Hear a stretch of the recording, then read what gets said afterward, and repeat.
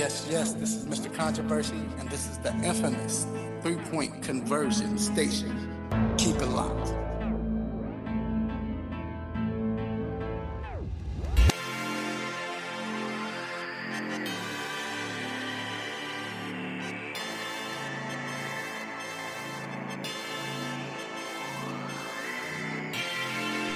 Yes.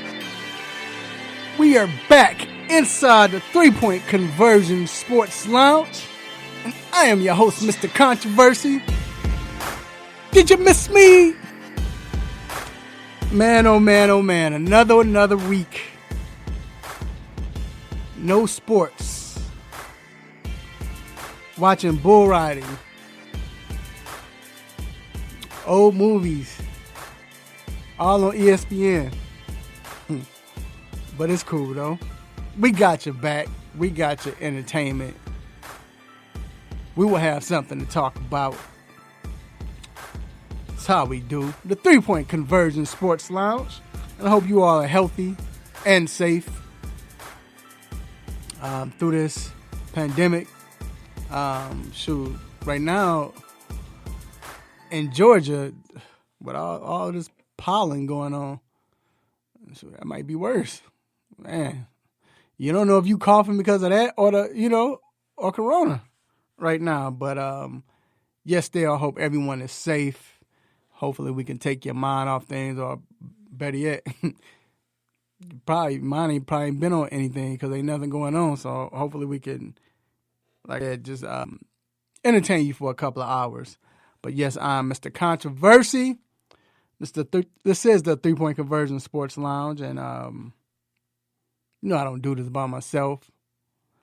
I have my producer, engineer, right-hand man, graphic designer, anything else you can think of. My man G, what up? Yo.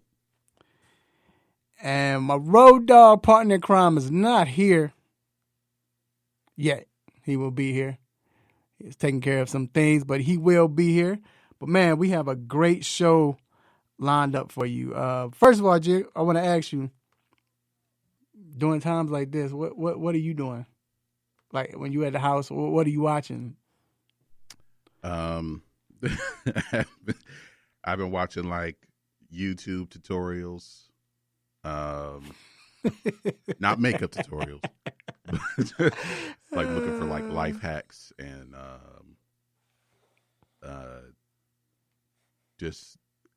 of these there's this group of like LA actors or people who want to be actors and they make their own short films. Mm-hmm. It's weird because like all of their videos are about the same thing.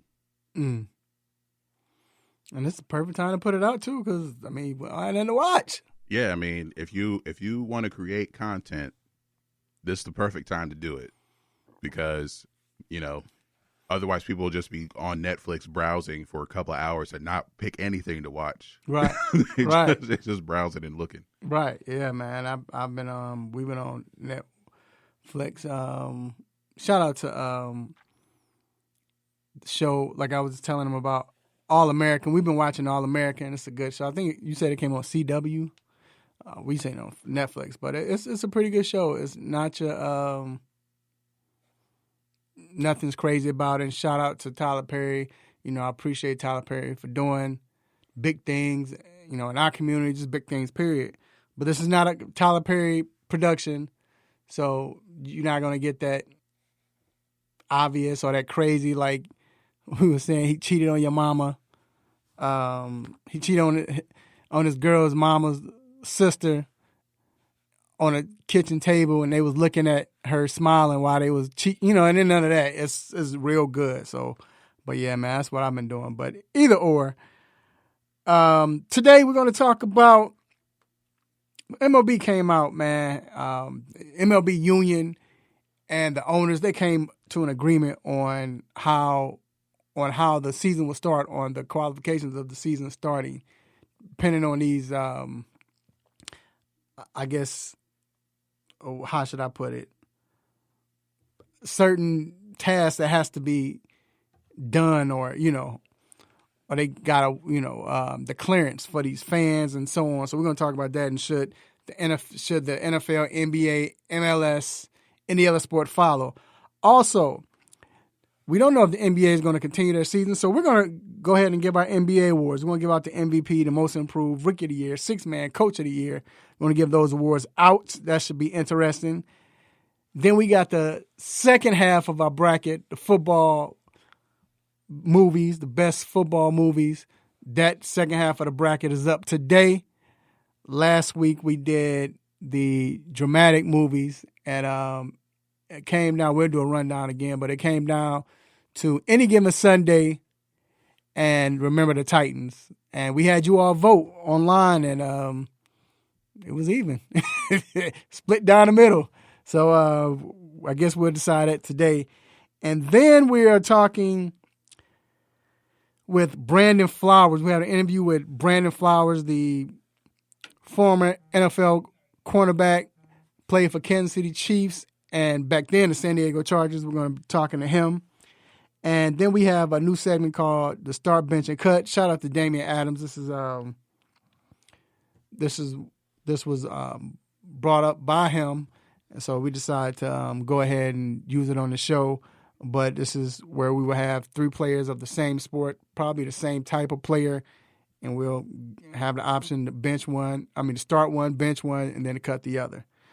So make sure you let your family and friends know we are live on WWE The Real, 1100 WWE The Real radio station in Atlanta, Georgia. Also, we're on Facebook Live. What up? What up? Facebook Live, the 3 Point Conversion Facebook page. iHeartRadio, TuneIn Radio, Radio Now. We're live, man. You can catch the podcast on iHeart once again, on the 3 Point Conversion radio station on iHeart and at 3pointconversion.com. All right, G, it's time to get to these quick hits. Let's get it.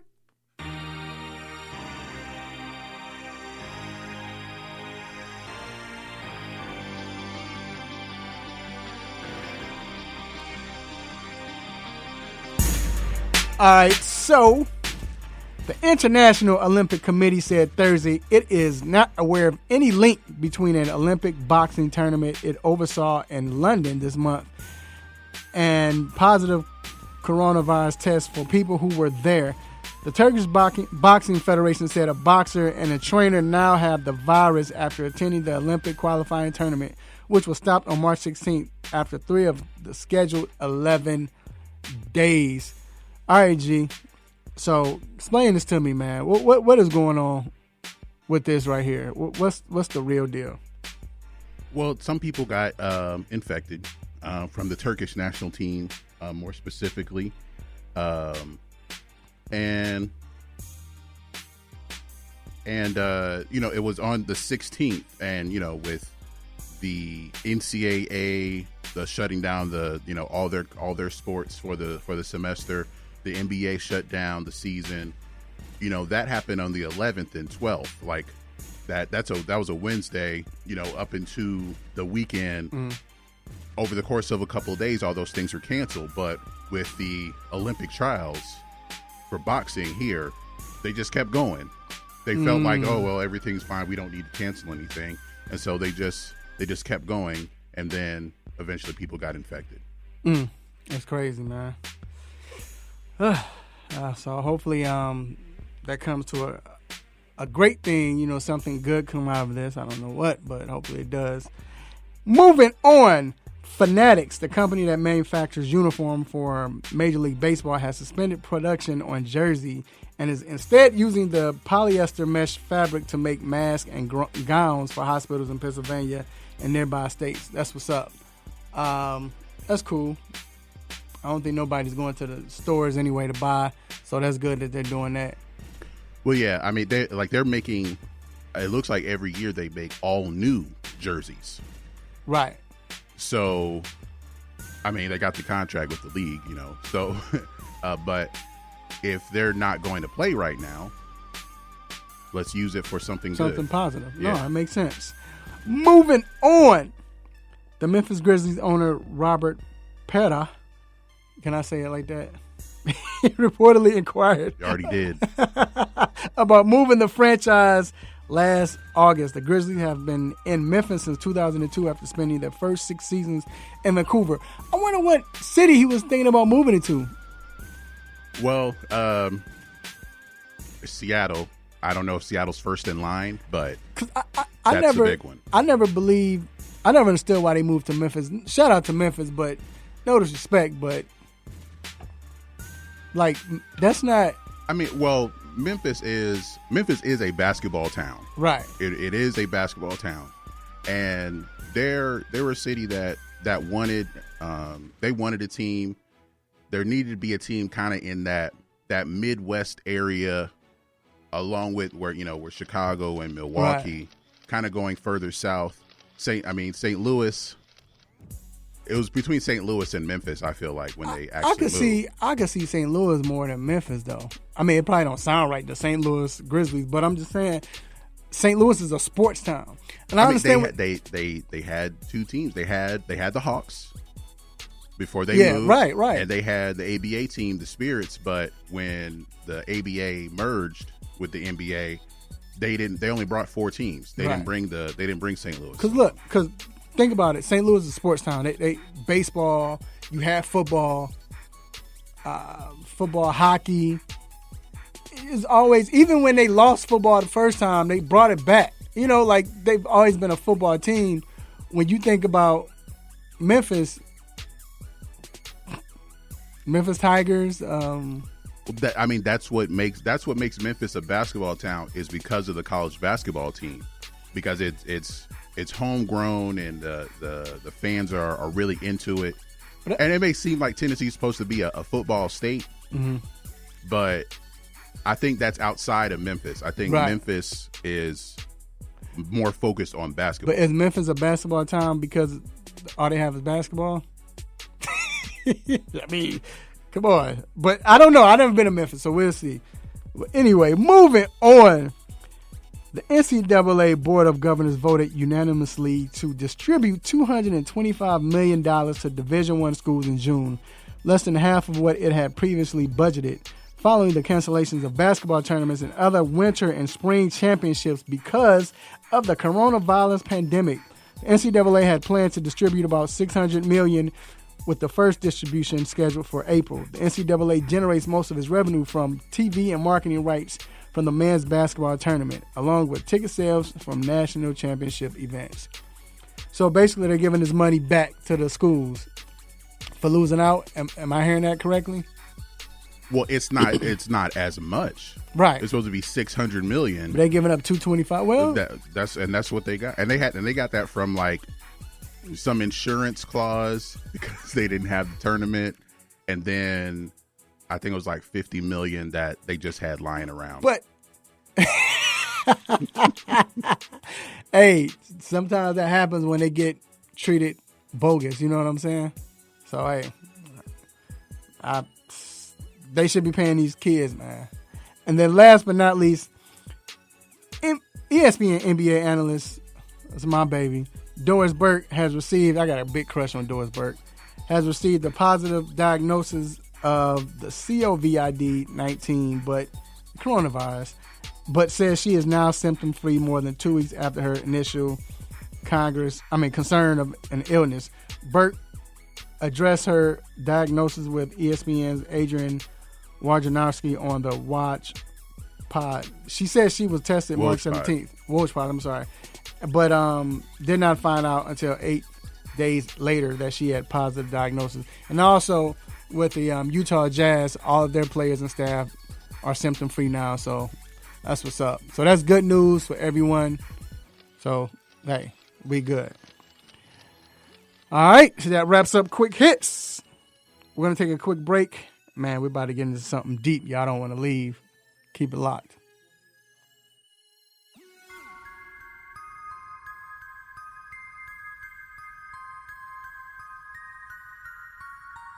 Hey folks, Handsome Josh is here to reveal some big news to all the AM 1100 listeners. I have an app. That's right, you can now check out all your favorite programs right here on The Real with the Real 1100 app. Whether it's sports, entertainment, or lifestyle, the Real 1100 definitely has you covered. So why don't you just tell me how much it's going to cost me? And here's the best part.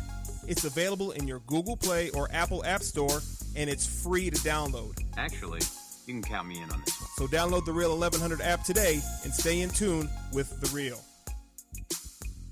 Kids follow your lead.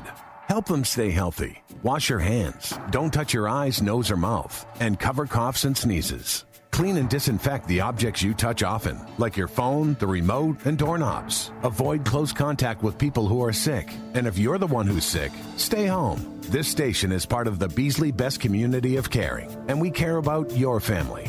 For more info, visit cdc.gov/COVID-19.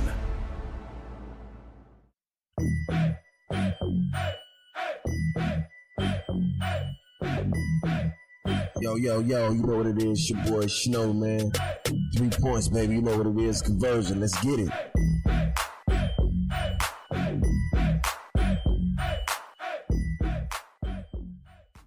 Get ready. From the oven to your ears, it's now time for the Hot Topic.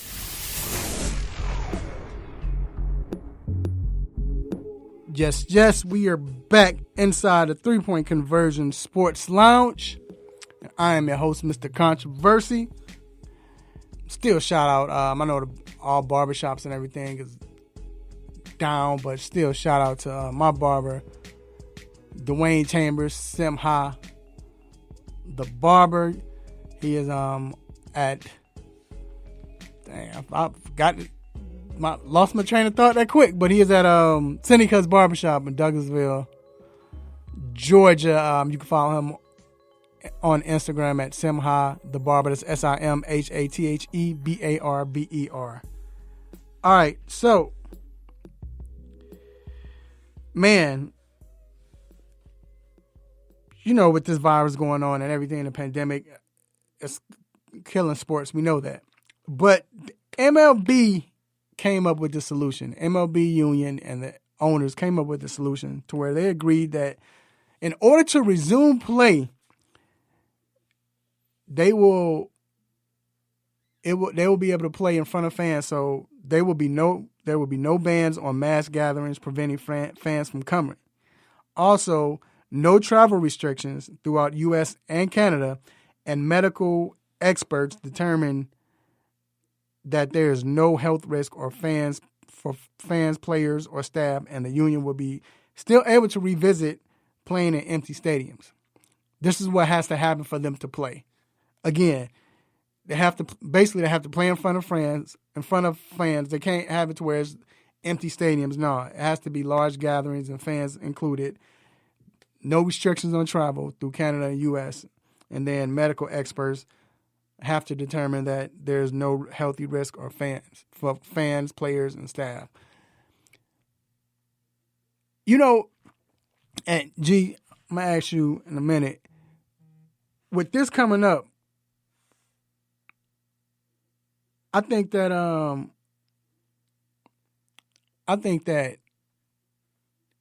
this is cool, the fact that they're doing something like this. Because you know, I understand that NBA want to push it, and trust me, I do want sports, but I understand the NBA want to push it.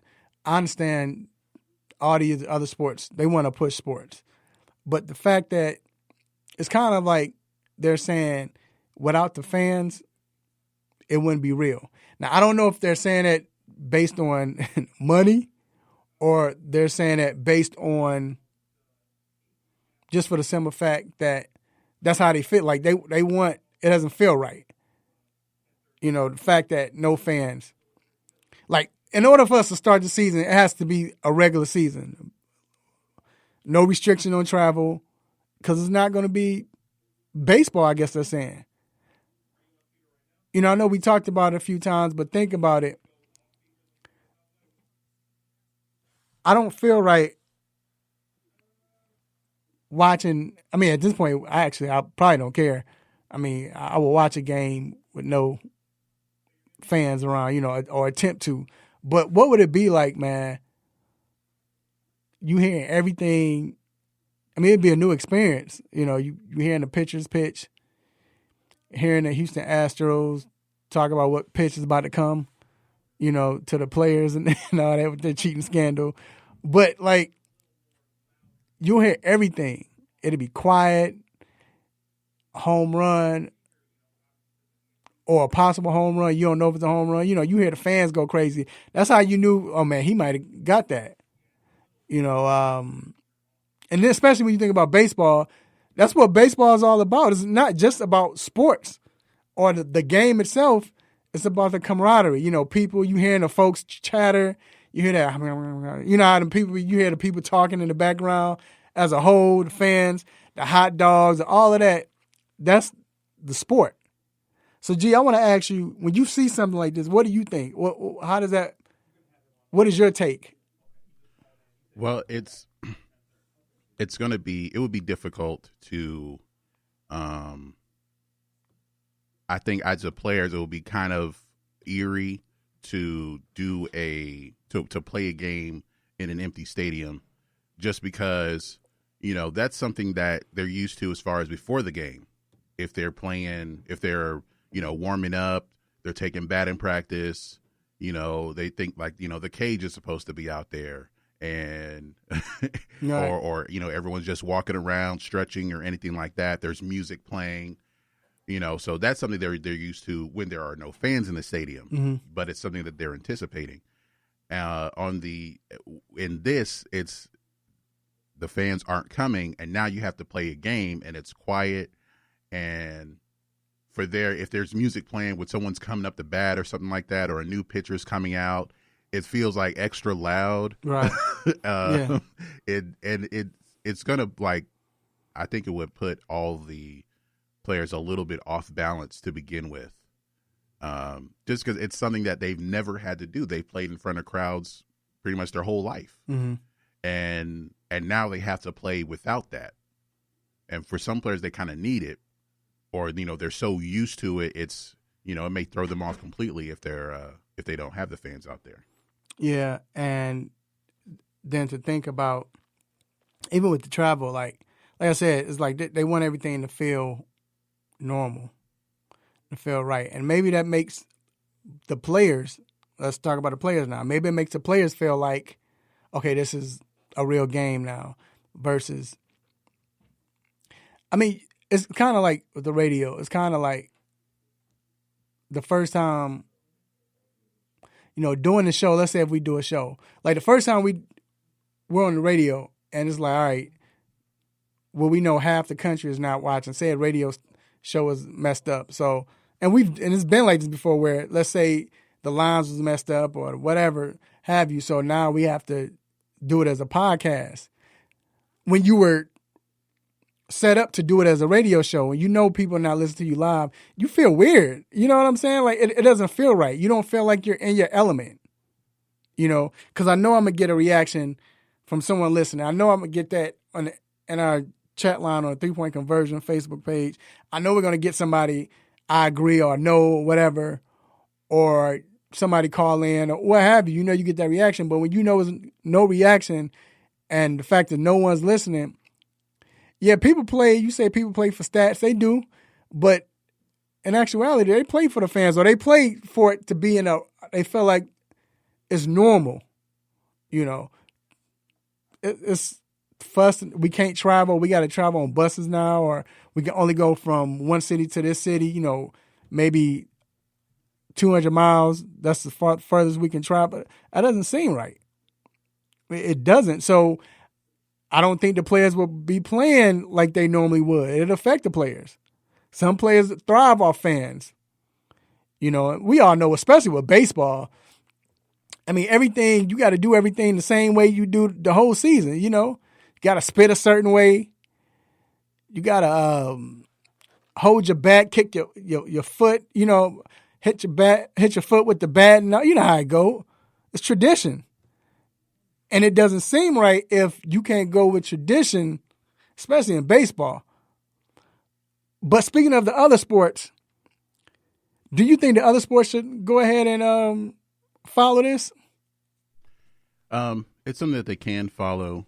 I think the travel part is low key a major thing.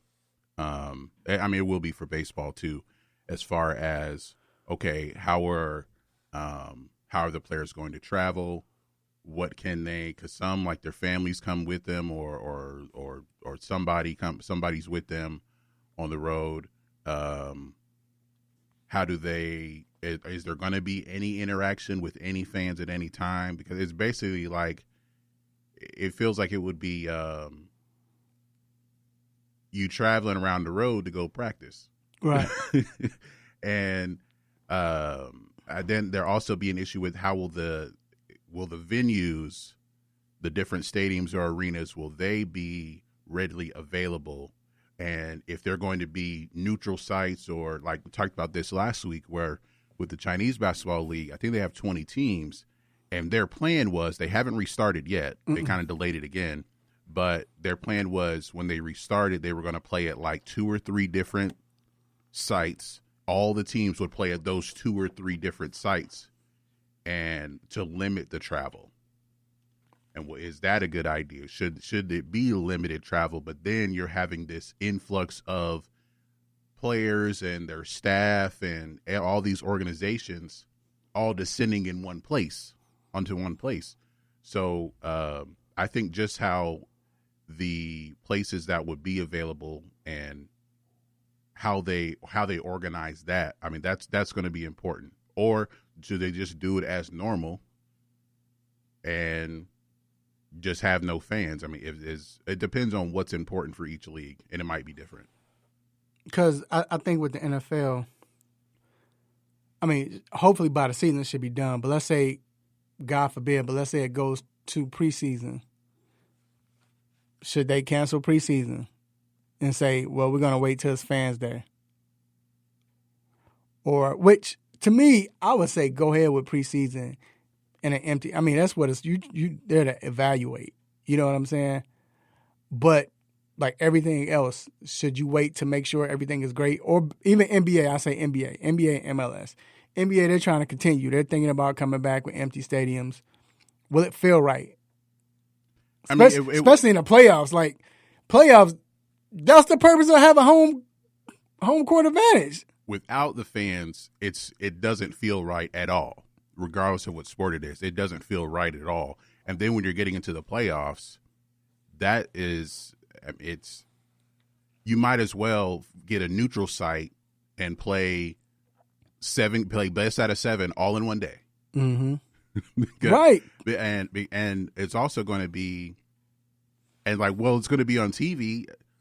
That's going to make bad television. Anyone who watching the Facebook Live, this is the from 2015, the White Sox and the Orioles played in an empty stadium after concerns about riots after the Freddie Gray verdict in Baltimore.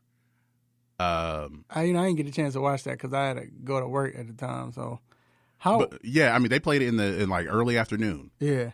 They just got in there and played. So, and like, this is what it would look like as far as like the television experience. So without the fans, there's something you can see that there is something lacking, and it's something that the players will feel.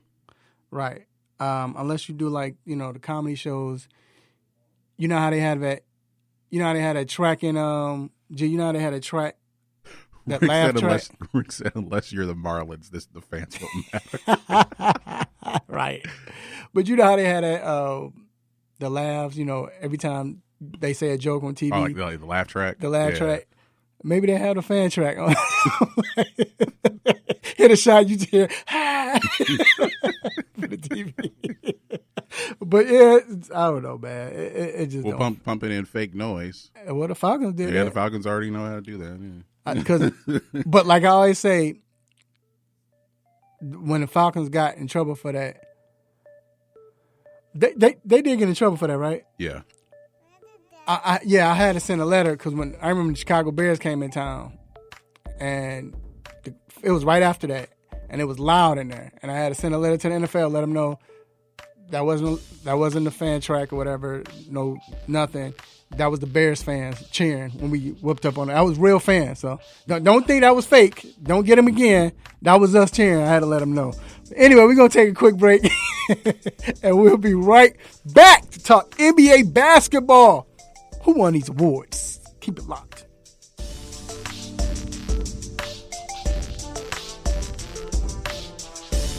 There's a lot going on in the world, and your world is always changing. That's why it's important to stay connected. The latest news, the latest entertainment, the newest music. If it's in the air or on the air, it can be in the palm of your hand, wherever you are, with the iHeartRadio app. iHeartRadio. Over 1,500 live radio stations from across the country, and over 15 million songs to create your own custom stations. Text IHR to 45495 to download the app or listen at iHeartRadio.com. Standard text and data rates apply. When you shop Goodwill, you don't just bring home a vintage dress or cat lamp. You bring home so much good to your community because everything you buy funds local job training and more. Goodwill. Bring good home. Brought to you by Goodwill and the Ad Council. What's up? This is Vince Carter. You're listening to the 3-Point Conversion. Check it out.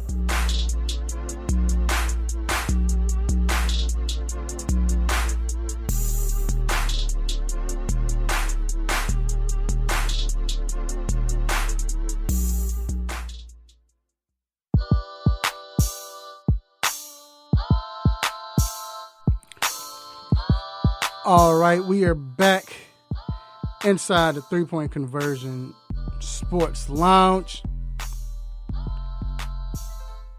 All right, so NBA season, we don't know. We don't know what's going to happen. We don't know if they're going to come back. So we're going to give out these awards right now, man. We can't trust that right now. And I know some awards are easier than others. I think we all agree. We'll start off. We'll start off with the MVP, man. First of all, you know, the beef between Giannis and Harden, everyone going in, them two going at each other. You think that has something I don't think Giannis was really going at him, but you think Harden has something to say because think MVP has something to do with the fact that he won an MVP last year? You think Harden? Well, some people think Harden probably should have won MVP again last year, even though the Rockets were 5th seed and maybe he's just looked at as a volume shooter at that point. He did lead the league in scoring again last year. Mm-hmm. But the Bucks had the better record, and you know Giannis took that step forward. I mean, it's all a subjective award. Depends on how you look at it. But some people want to use the advanced numbers. Some people just look at best player on the best team. So everyone has a different reason for their vote. So MVP, who you got? I know a couple weeks ago when Dennis was here, when he flew solo, I guess you'd say. I picked LeBron. I guess going back and looking at it, I think Giannis is going to win, and if I had a vote right now, I'd probably vote Giannis for MVP again. Yeah, I got Giannis, man. They got the best record. We all know it's partly because of him. We all know it's because of him. Not partly, it's because of him. And then he took his game to another level, G. You remember, I criticized him. People laughed at me. People said are you being your namesake? That's all you. No, I was serious. And all I said was, I didn't even criticize him. I just said he's not top 5 yet. I don't think he's top 5. This is last year. Are you crazy? The MVP. What does that mean? I don't mean anything. I don't think he's top 5, and that's all I kept saying. And the reason why I didn't think he was top 5, because when it came to the playoffs, like, to me, he was almost a one-trick pony. I mean, yes, you can't stop him when he's going to the hole. I get all of that. But what happens when he needs to make adjustments? What happens when the team is playing him a certain way? Is he going to be able to get his teammates involved, or is he going to find another way? Like I said, I didn't see another way he could score besides bullying his way to the hole. And if they stop that, you can't. What's your jumper going to do? What's your go-to move besides the Euro step? In order to do the Euro step, you got to be able to get to the hole. If you can't get to the hole, what's your go-to move? I know I can get to score. He didn't have that. And it was proven last year in the playoffs. But this year, he stepped on his. I mean, he stepped up on his game. He stepped up as far as shooting. He worked on his shot. You just see something. I mean, a different look. His shot got better, but it's still not there. Good, but it got better. It's better. Got better enough to where you might have to respect it some. Well, the thing is that what he's done is he's given himself some options. He gives the team some options by being willing to shoot the three, unlike another player that we've talked about before. Ooh. Ben Simmons. Right. Oh, yeah. Right. I mean, he's willing to shoot it if you give it to him. And, you know, an open set shot, he will, if he's able to consistently knock that down, you know, kind of expecting him to get better. And if he gets better, then who knows where he can carry that team. Mm-hmm. So just for that, just adding something to his game, not necessarily having to have a go-to move, but just adding an element to your game that the other team has to respect. Right. So I got Giannis. So you agree with Giannis, all right? Right. Okay. So now we're going to go with most improved. Who would you say have most improved? Kind of want to go with Pascal Siakam again, but no one wins the most improved twice. I think Markelle Fultz just being on the court is an improvement. You know who I'm thinking of? Shai Gilgeous-Alexander. And I know he had a good rookie year, a decent rookie year, but the way he stepped up, man, and the fact that they're in the playoffs. I mean, a lot of it has to do with Chris Paul, but the way he stepped up and the way he's playing, I would say Shai. I think, Chris Paul has helped as far as making Shai look good, and the whole team really. That's why you could consider Chris Paul for MVP. It's probably, I mean, it's not going to happen, but I think he should get more consideration than he has been. Yeah. Another one is Dinwiddie. Spencer Dinwiddie. He probably could have made the All-Star team if Kyrie wasn't like stealing votes. because Kyrie, like, he wasn't there all that much, and Dinwiddie was the one kind of like holding it all together. Yeah. And I know this is not a comeback player of the year like the NBA. But you gotta look at Gordon Hayward. Yeah, he would be more of a comeback player. Right. That's why I say I know it's not, but just for him to be there. But because he didn't do that well last year, and now I think he's averaging like 17, maybe more than that. Yeah. In the chat here, Damian says Brandon Ingram. Oh yeah, made the All-Star team this year. Yeah, that's right. Brandon got to get it. I give it to Brandon. But I feel like if Zion had been there the whole time, we might not be talking about Brandon Ingram all that much. No, not. Yeah, but that's not fair to him. That's not because it's like, all right, we're gonna lean on you, Brandon. I just think his game got better. Well, in that case, I think you got to add Jason Tatum to the conversation. Only reason why I say you got to add him, because I thought about him. Only reason why I wouldn't put him up. And then Damian being Homer anyway, but he's right. Right. But but the only reason why I put him, Jason Tatum, right there is because we knew Tatum was good. Because Tatum, I mean, what he averaging? 24, 25? He really, his game stepped up towards the middle, you know what I'm saying? Like December, you start to see him like go crazy. But Brandon Ingram, this guy, he didn't make the All-Star. I thought he Jason made Tatum? No, Ingram. Ingram, he made the All-Star team. Oh, I thought you said, okay, yeah. I'm saying like if his impact was lessened when Zion started playing. Right. But I think with Ingram, because Ingram's averaging what, 24? About 24, 25 a game? From what, maybe 16 a game? Yeah, I got to go with Brandon Ingram. I got to go with Brandon Ingram. And you see everybody in the chat room is saying B.I., so we agree to say Brandon? I mean, I won't hold you, but I won't hold anybody on that. All right. So, yeah. All right, so Rookie of the Year. Ja Morant. Yeah, I mean, like Zion was exciting. Played 5 games in 33 minutes. Like it's kind of like when Malcolm Brogdon won it. I really had no issue. I still would have voted Joel Embiid even though he played like 30 games. But someone who's more consistent the third year or the second year? Fourth year. Okay. Fourth year. But I think like I had no problem with giving it to Brogdon, and if your reason was because Embiid didn't play enough games, that's fine. But I think it's Ja Morant easily, and he has Memphis in a playoff spot as of right now, and also I mean like it's Ja, then Zion, and then whoever you got at third, it doesn't matter. Yeah, third place doesn't matter. And I saw a poll, some executives or some team, each team had a representative or media members as far as like voting for Rookie of the Year. There was like 70 people. Ja got all the first place votes. So, because remember when I asked him, there you go.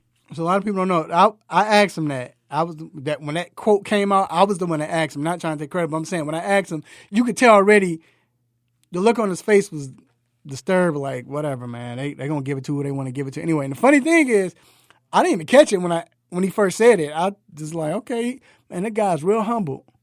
I mean, I think he was humble too, being humble, but he was saying they probably gonna give it to whoever. So at that point, which you realize it doesn't matter. I'm in the playoffs. That's what I'm worried about. He thought about the possibility because some people were saying it already, like, oh, Zion's Rookie of the Year after 5 games, right? And just totally invalidating him. And for him, if he'd heard something like that, then he thought about the possibility that somebody can vote for someone else. Yep. No, I agree. And then you got 6th Man of the Year. By default, is it Lou Williams? I don't know. Right. You know who I wanted to give it to? I think he played enough games. I was thinking Derrick Rose. Because Derrick Rose is up there like 18 a game and coming in balling, I think Derrick Rose is definite possibility. I think people will look at the numbers and don't think that he should be considered, but he should be Dwight Howard. For him to come in off the bench, he's going to come in, he's going to rebound. He's probably only get like 6 to 10 points at best, but the defensive presence, he has helped make the Lakers a good defensive team. Right. So he should be considered. Sure. And someone with his kind of numbers has won 6th Man of the Year before. No, right. So I can see that. Zion. No, I'm just kidding. You're giving everything to him anyway. But even with your boy from the Clippers. Lou? Montrezl Harrell? Montrezl. You can throw him in there. Well, yeah, I mean, he comes in with Lou, and you know what they come in to do. Lou is coming he's coming in to score, and Montrezl Harrell is coming in to get the garbage points, right, and rebound. Mm-hmm. So they are in their roles, and their roles work in that with that team. And you know what they're coming in to do. I mean, Harrell probably could have won it last year, right, but Lou Williams had such a great season and probably could have or should have made the All-Star team. And then the last one I think was the most difficult one, Coach of the Year.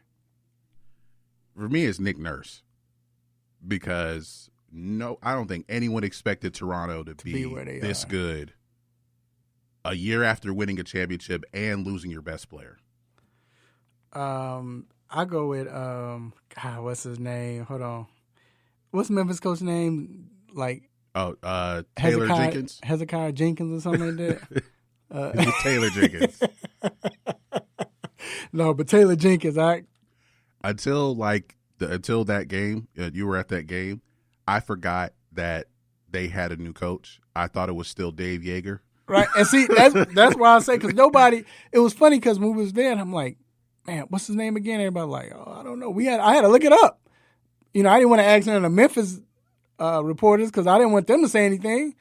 But when I saw his name was Taylor Jenkins, I'm like, nah, this can't be right. Taylor Jenkins? But that's his name, Taylor Jenkins. Good old Jenkins.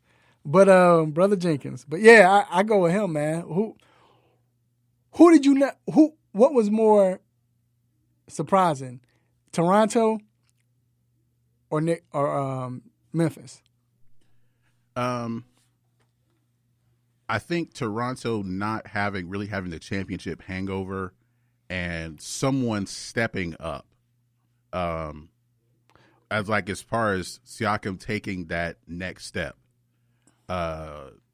With Memphis, I mean, I thought they might be an exciting team with John Morant. But you didn't think they would make them being a playoff team, I wasn't expecting that. In the West? I wasn't expecting that at all. And then let's be real. They went through a slump, after the All-Star break, where they lost, 7 and something like that in a row because they had that long, they had a hard schedule after that. They was playing all them teams. But I think also why I think Nick Nurse will win the award is because of now we have to give him his respect for winning a championship last year. Didn't he win last year, though? No, last year it was Coach Bud. Coach Bud, right. I thought Nick Nurse should have won it, yeah. I thought Nick Nurse should have won it last year. In the chat, Vincent J says Eric Spoelstra should be considered along with Nick Nurse. Yeah. I think getting Jimmy Butler, but I think people probably were thinking Miami was like an 8 seed, right? Even with Jimmy Butler, right? But now everybody has stepped up and they play kind of that same 90s way when Pat Riley was coaching the Heat, to where they're going to play defense, they're going to be physical, and it doesn't have to be the LeBron small ball era that they used to have. Yeah. Well, all right, y'all. We're going to see what's going to happen, man. I like those picks, man. It's going to be, like I said, the 6th man of the year, coach of the year, and most improved, I think, going to be the hardest. All right, so we're going to take a quick break, and we will be right back. We got a special guest, Rick King, coming in. We're going to do this best football movies, the comedy version of the best football movies. We'll be right back.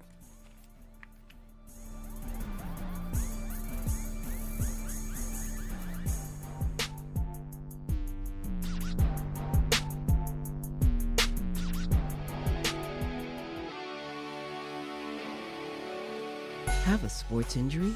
Need to see an orthopedic doctor?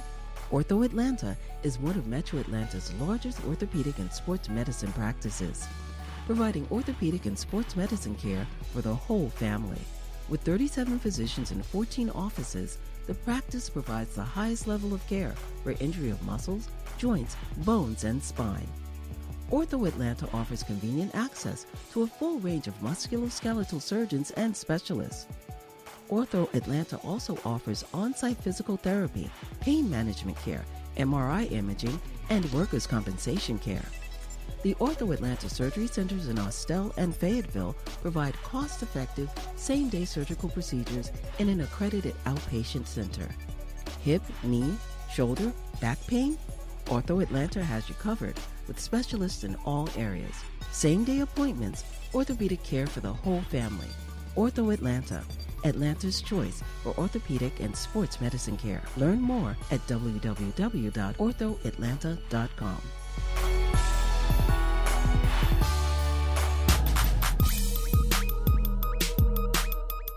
This is Peanut Tillman, and you're listening to the 3-Point Conversion.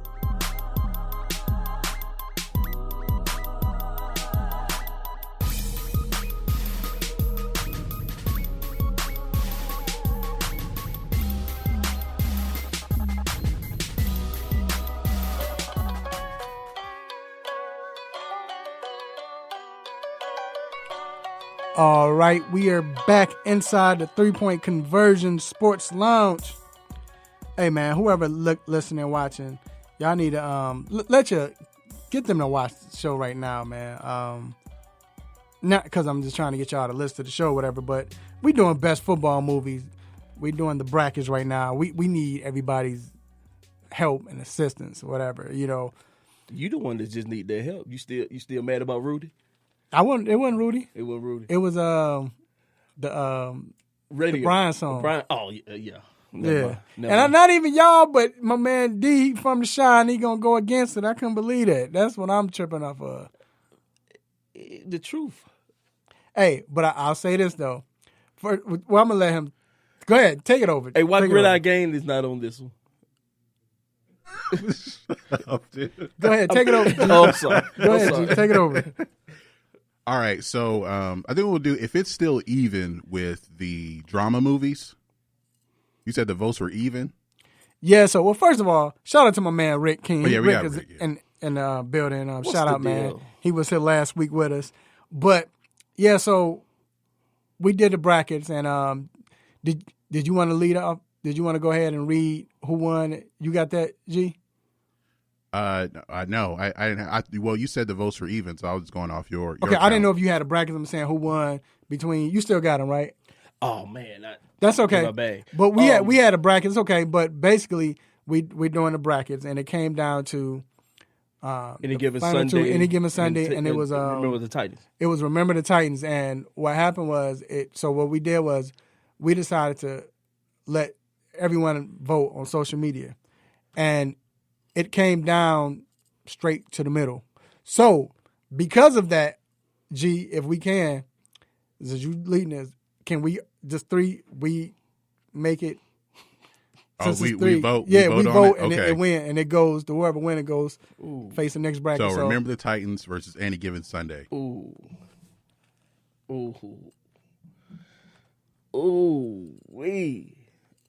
So I mean, I'll you the host. Go. No, I'll go first. I was letting you go. You the guest. I'm sure you will. So I got Any Given Sunday. I watched both. I remember the Titans, and I mean I watched Remember the Titans. Remember the Titans is probably one of the best. That's the best family movie. That's the best movie where you feel good after you watch it. You know what I'm saying? Yeah. It makes you smile. It depends on how your sensibility is, if I can say that. The word, you might tear up or whatever. But it's a good movie. It's good teachings. Greatly, the production was great on it. Great movie. It's hard to beat. But Any Given Sunday, first of all, just who all was on that movie. Yes. Just the actors alone. Yeah. But then the fact that I watched it, because I went back, like I said, let me watch these movies. It made you realize a lot of that stuff is happening today, bruh. It was crazy. So you pick it Any Given Sunday? Yeah. Okay, so I'll go next. Mm-hmm. People, when that movie came out, they tried to act like the movie was so bad. But I don't see why. Because I think they was trying to downplay a lot of the realism about the movie, to me. Like you say, Remember the Titans is one of those movies, every time it's on TV, I'm going to stop for a few minutes and watch whatever part it is. I love that movie. But on my Blu-ray player at home right now, Any Given Sunday stays up there. Because at any given time, I'm going to pop it in, and I got to have a little bit of it. Yeah. If not the whole thing. So I got to go with On Any Given Sunday. What you got, G? Well, shoot, it don't matter, but go ahead. Well, yeah, I mean, I'll say Any Given Sunday. Even though I had my issue with Any Given Sunday, it was more on the technical side as far as, like, editing. Yeah. Because there was the scene where, like, Willie Beeman becomes the star, and he, like, takes off running, and he gets hit, and he does, like, a flip into the end zone. Yeah. When they started showing the replay of the flip in slow motion, like he's still at the 5-yard line. But then they showed it from another angle. Now he's in the end zone. So I had an issue with like seeing like the editing was kind of off. My issue with Any Given with Remember the Titans, it's a Disney movie about racism. And they made racism so nice and clean. Yes. And and like I'm like I can't do it. Like it doesn't hold up. I mean, but you Right, but you understand that that's how movies are. That's how Disney does it. Yeah, that's what I'm saying. So you know that's how it's going to be. If it wasn't Disney doing it, right? It would it would be a totally different looking movie. Yes, right. Yes, but it might have held up better because it would have looked realer. Yeah, but I think, and then we can go with the comedy movies. But I think that was the thing, the fact that even though it was Disney, like you said, you knew it was going to be vanilla or whatever, it still was a great movie, man. It was they did their thing. I mean, like I said, every time it's on TV, you're gonna stop. Yep, you're gonna stop and watch it. Yeah. All right, G. All right. So this is the football comedies. Gridiron Gang did not make it. I'm sorry. I'm looking. Gridiron Gang did not make it. They didn't make the tournament. Not in this one. So this is football comedies, all right? Okay. And they had been classified as comedies at least. Some people might not think some of these are comedies, but we're gonna do it anyway. So we're gonna start off the top rope with the number 1 seed, the Waterboy. Hands down. Against for me, hands down. the 16 seed, and I had to reach on some of these. So the number 16 seed is A Saintly Switch. Yeah. Which is a TV movie that came out, I think, in 98, 99, had David Allen Greer as the quarterback of the Saints. And for anyone who's seen Freaky Friday, where the mom and daughter switch personalities, it was David Allen Greer and Vivica Fox switch personalities. So now Vivica Fox is the quarterback of the Saints. And trying to lead them to the playoffs. Okay. Yeah, so we already know who won that. Waterboy. So we're going to go with the Waterboy on that one. Waterboy. All right, so the number 8 seed, Wildcats. Goldie Hawn coaches the high school football team. It had I don't know if it's Michael T. or McKelty Williamson, Bubba from Forrest Gump. Mm-hmm. He's the quarterback. And Wesley Woody Snipes Harrelson and Wesley Snipes. Yeah. Nipsey Russell as the principal. Yep. Great movie. Yeah. That was a great movie. That was a good one. Who are they going against? Yeah. They're going against the number 9 seed, the original The Longest Yard with Burt Reynolds as Paul Crewe. Okay. So I watched that this week. Mm-hmm. Once I got over you know how the 70s type movie where it's just dry. They had that dry where he looking, is nothing, no music and nothing. It's like, oh God, it's going to be a long movie. But it was funny. It was just like I guess they did it based off that. It With was the just remake? like the remake. But it was pretty good. And that's a classic. Mm-hmm. But man, I grew up on Wildcats, bro. Yo, that gotta be it. I'm going Wildcats. I'm going with Wildcats too, man. I think on the comedy scale, I go with Wildcats just because they had like the big dude Finch. Yeah, he was the favorite one. He had him block the field goal, and then like also try to collect his money. Right. Remember, go ahead, and letting people go. Yeah, and then Goldie Hawn is But go ahead. All right. Try to get this as quick as we can. Number 4 seed, Necessary Roughness, against number 13, Leatherheads. Necessary Roughness was a funny, stupid, type movies. I like Necessary Roughness. I'm gonna go with Necessary Roughness. All right, Necessary Roughness. All right, number 5 seed, Little Giants, against number 12, The Game Plan, where The Rock plays quarterback. That's not Gridiron Gang. No, it's not. The Rock played defensive end in Gridiron Gang. Gridiron defensive end / coach. Game Plan when he had the little girl. The little girl. That's okay. I ain't gonna lie, y'all. I gotta go with Little Giants. Yeah, I ain't even seen that yet. I still ain't watched that. I'm gonna go with Little Giants. All right. Little Giants moving on. All right, number 2 seed, Jerry Maguire. Show me the money. Against number 15, The Best of Times. For those who haven't seen that, Robin Williams and Kurt Russell, they lost their state championship game because Robin Williams dropped the ball and he was wide open. Yeah, and it haunted him for like 20 years. The ball was in the air for 30 minutes of the movie. Yeah. And he was running. So they replay the game 20 years later.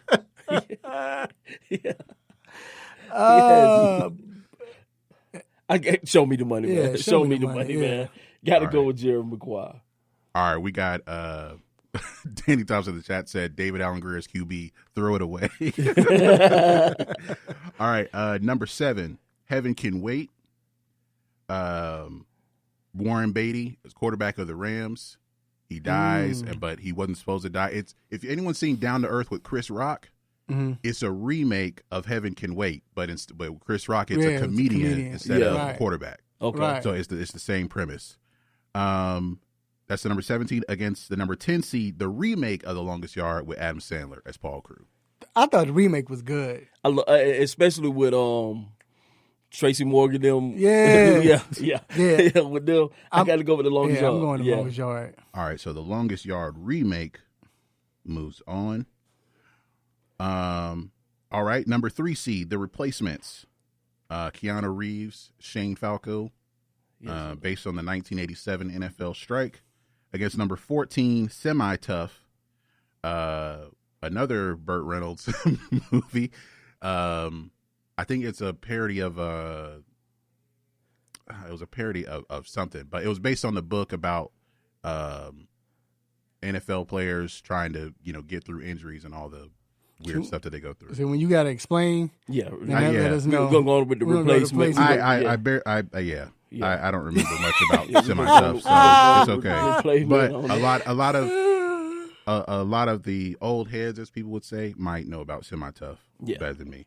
All right, and the number 6 seed, North Dallas 40, which was a player who used to play for the Cowboys, is loosely based on his time playing with the Cowboys. And number 11 seed, Johnny Be Good. Anthony Michael Hall is a high school recruit. And his homeboy. And Robert Downey Jr. I remember that. Yeah. Hey, that to me, that's the one. I like that one. I love Johnny Be Good. Johnny Be Good? Yeah, I'm going with that. All right. So there's a little bit of an upset, I would say. All right. Yes, I agree with that. It is. All right, second round. The Water Boy versus Wildcats. Water Boy. Boy. All right. I love my mama. All right. Necessary Roughness versus Little Giants. Ooh. Where you going with, Rick? That's a good one. I'm gonna go with Little Giants. I think I got to go with Necessary Roughness. Ooh. So who you going with, G? I grew up on Little Giants. Yeah, we got Little Giants. All right. So the game is 80% mental and 40% physical. Right. All right. Jerry Maguire versus Longest Yard remake. Okay, real quick. This is my thing with that. So I watched Jerry Maguire. Jerry Maguire was a good movie, but Cuba was overacting, and I'm glad he won an award. But and his character kind of was to overact in a sense. Very fictional. Yeah, but it was a good movie, man. It just. That Longest Yard remake, dog, I was on the edge of I ain't gonna lie, when they was playing the game, because I at that time I hadn't seen the first, I was on the edge of my seat, dog. I mean, we're doing the game. Yeah. You know what I'm saying? It was funnier. It was good acting. I gotta go with The Longest Yard for the upset, dog. Even though I know Jerry Maguire is a classic to everybody, but I'm going with Jerry. I'm going with I want to wait. Longest Yard. I need a little bit more time too. I'm going Jerry Maguire. This was hard. This was hard. Yeah. This was hard because, like I say, all the little elements with Chris Rock, his character, right, and Big Dude.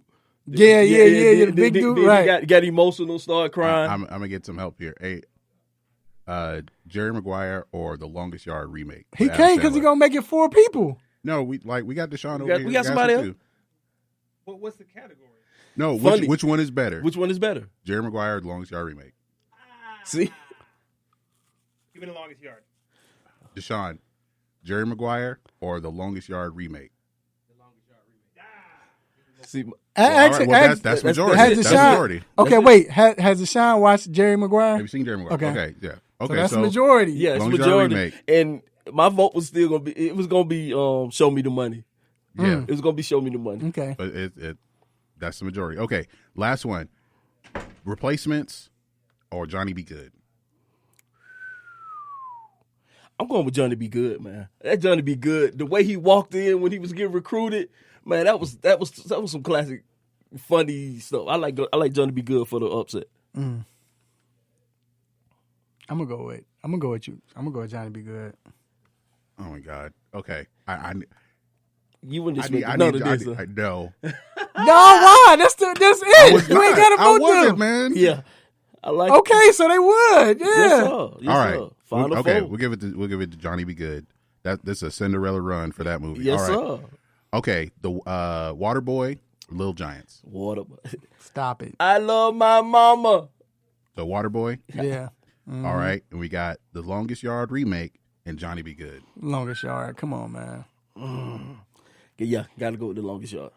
Okay, so this will be the vote that will go up online. Try to get it up today. Best comedy, The Water Boy versus the Longest Yard remake. So Adam Sandler basically against himself. Adam Sandler throwing a. So now this is the version where Adam Sandler this is above the rim layout, and then Adam Sandler blocked the shot. This is Adam Sandler going back to pass. Yes, sir. And Adam Sandler coming second. Yes, coming second. Sir.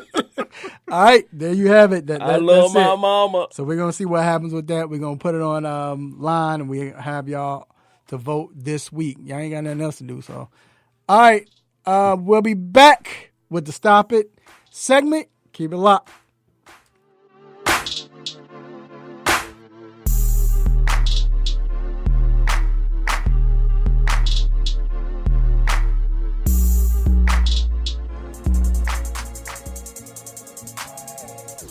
I'm IT, a.k.a. Ike Taylor, a.k.a. Swag, a.k.a. One of a Kind, a.k.a. I don't shoot twos, I shoot threes on the three-point conversion radio.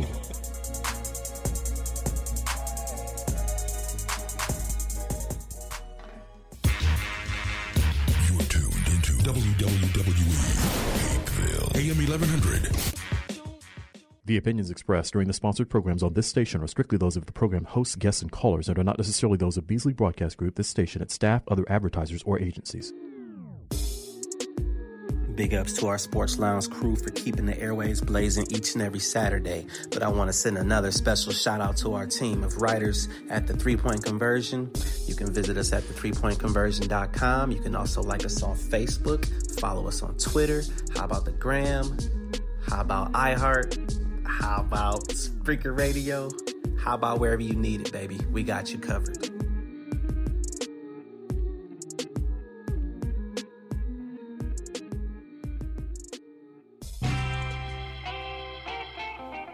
No mercy. Don't let up on them. Go hard on them, Mr. Controversy. Hit them with the stop it button.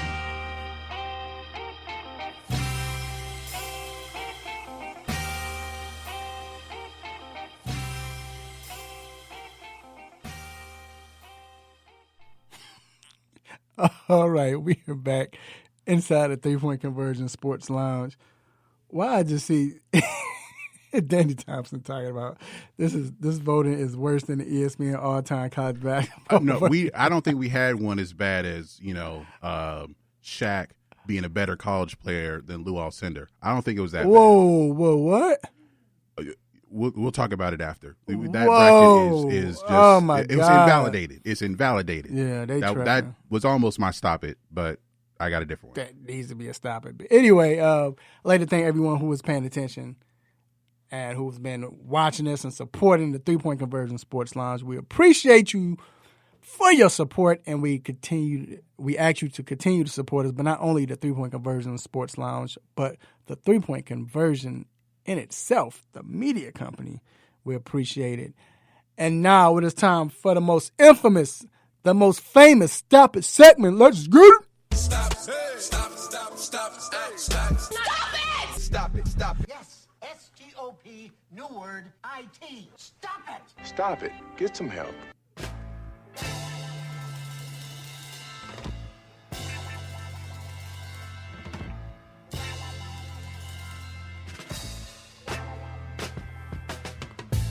All right, my stop it is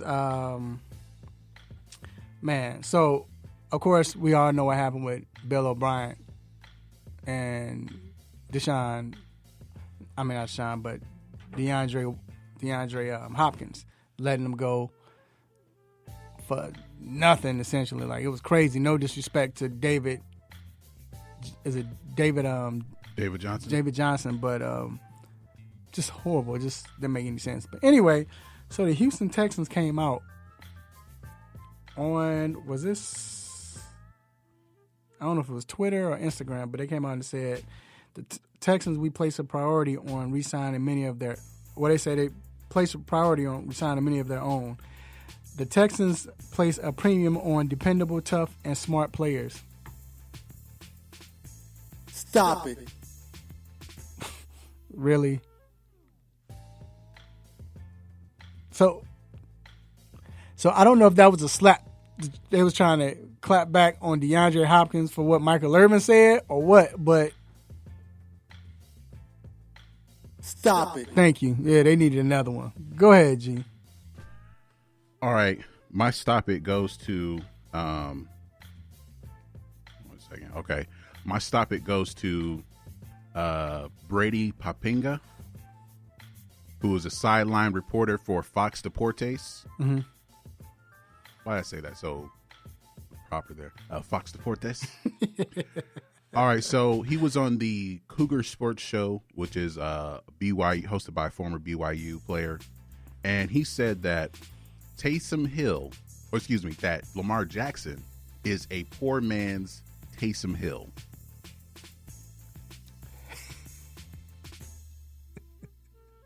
I want that to linger there for a second. One more time. Lamar Jackson is a poor man's Taysom Hill.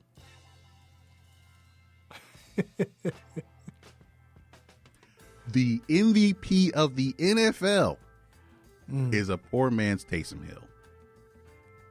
Stop it. So let me ask you a question then, real quick. Yeah, he deserves to stop it. Because I understand what he's trying to say, but you can't say that. This is what he said, the full quote. I literally look at Lamar Jackson as he's the poor man's Taysom Hill. It's not the other way around. Whoa. Okay, I misunderstood it. He said Lamar Jackson's the poor man Taysom Hill. Yeah. Yeah, you should have let that sink in a little longer because my mind wouldn't allow me to hear it. I read it like 5 times. Was like, but no, what he's trying to say is he just think that Taysom is a poor man's. My mind would not allow me to. You were hearing it the other way around. Because my mind wouldn't allow me to hear that. That's not what you were saying. Because we would have been fighting for that stop it. We'd have been fighting for that stop it. Say it one more time, G. This is the quote. I literally look at Lamar Jackson as he's the poor man's Taysom Hill. It's not the other way around. We need to call him and have him on the show. I don't know why people in the media are trying to make this Taysom Hill thing happen. Like, oh, he just needs to be developed. He's 30 years old. He was at BYU for 12 years. He got that. That's why he breaking tackles because he got that grown man strength. That's why he was so great at BYU. He was playing against kids. He was a grown man already. He had a 401k. Wow. He could rent a car. That's worse that is worse than saying Shaq is better than Lou Alcindor. That's look, ESPN probably looking like, oh, they tripping. Wow. Oh my God. Can I get one more stopper for them? Oh, hold on. I just took it away. Hold on. Stop it. Let me bring it back. Hold on. I got you. Stop it. Wow. All right. Let's take commercial after that, bro. I can't. That's crazy. All right. We got the interview with Brandon Flowers coming up next. Keep it locked.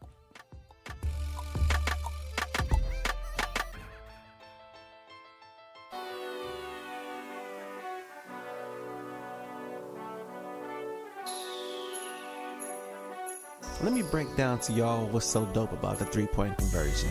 First of all, everybody is a fan of the game first.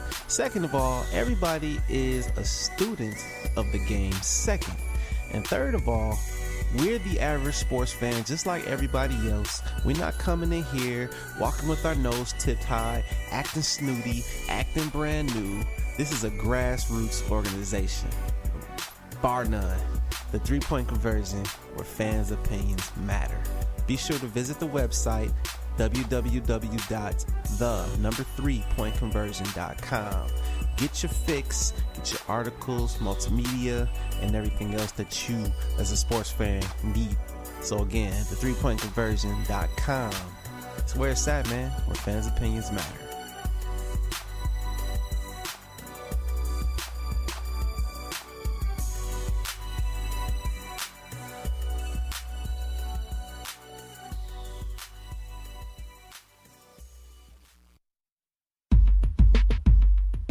Have you been looking for a radio station that gives you sports? I don't believe it! It's a touchdown!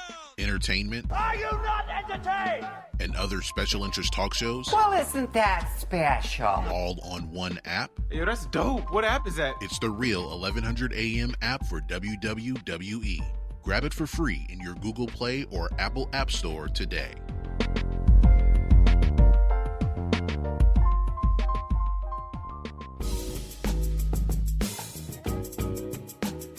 This is the Hall of Famer Marshall Faulk, and you're listening to 3-Point Conversion.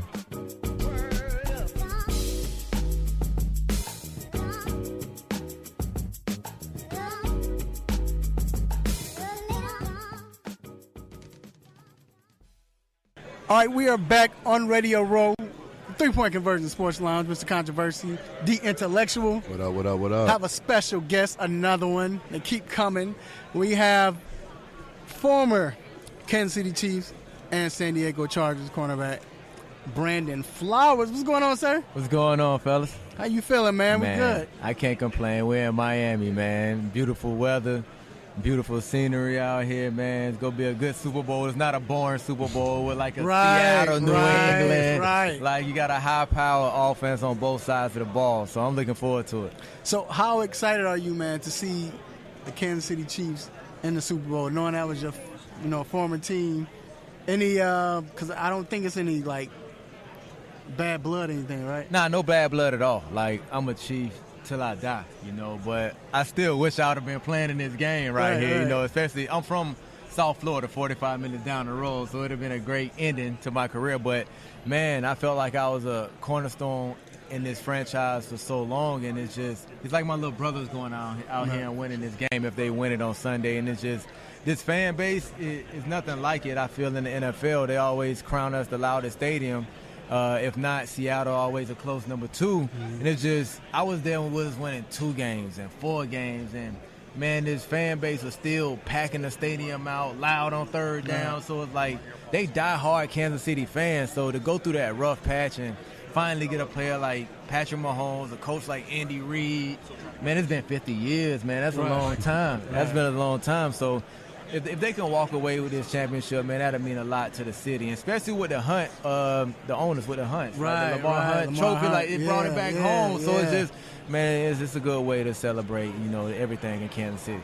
Absolutely not. If I'm not mistaken, you vegan, right? I was vegan for a little bit.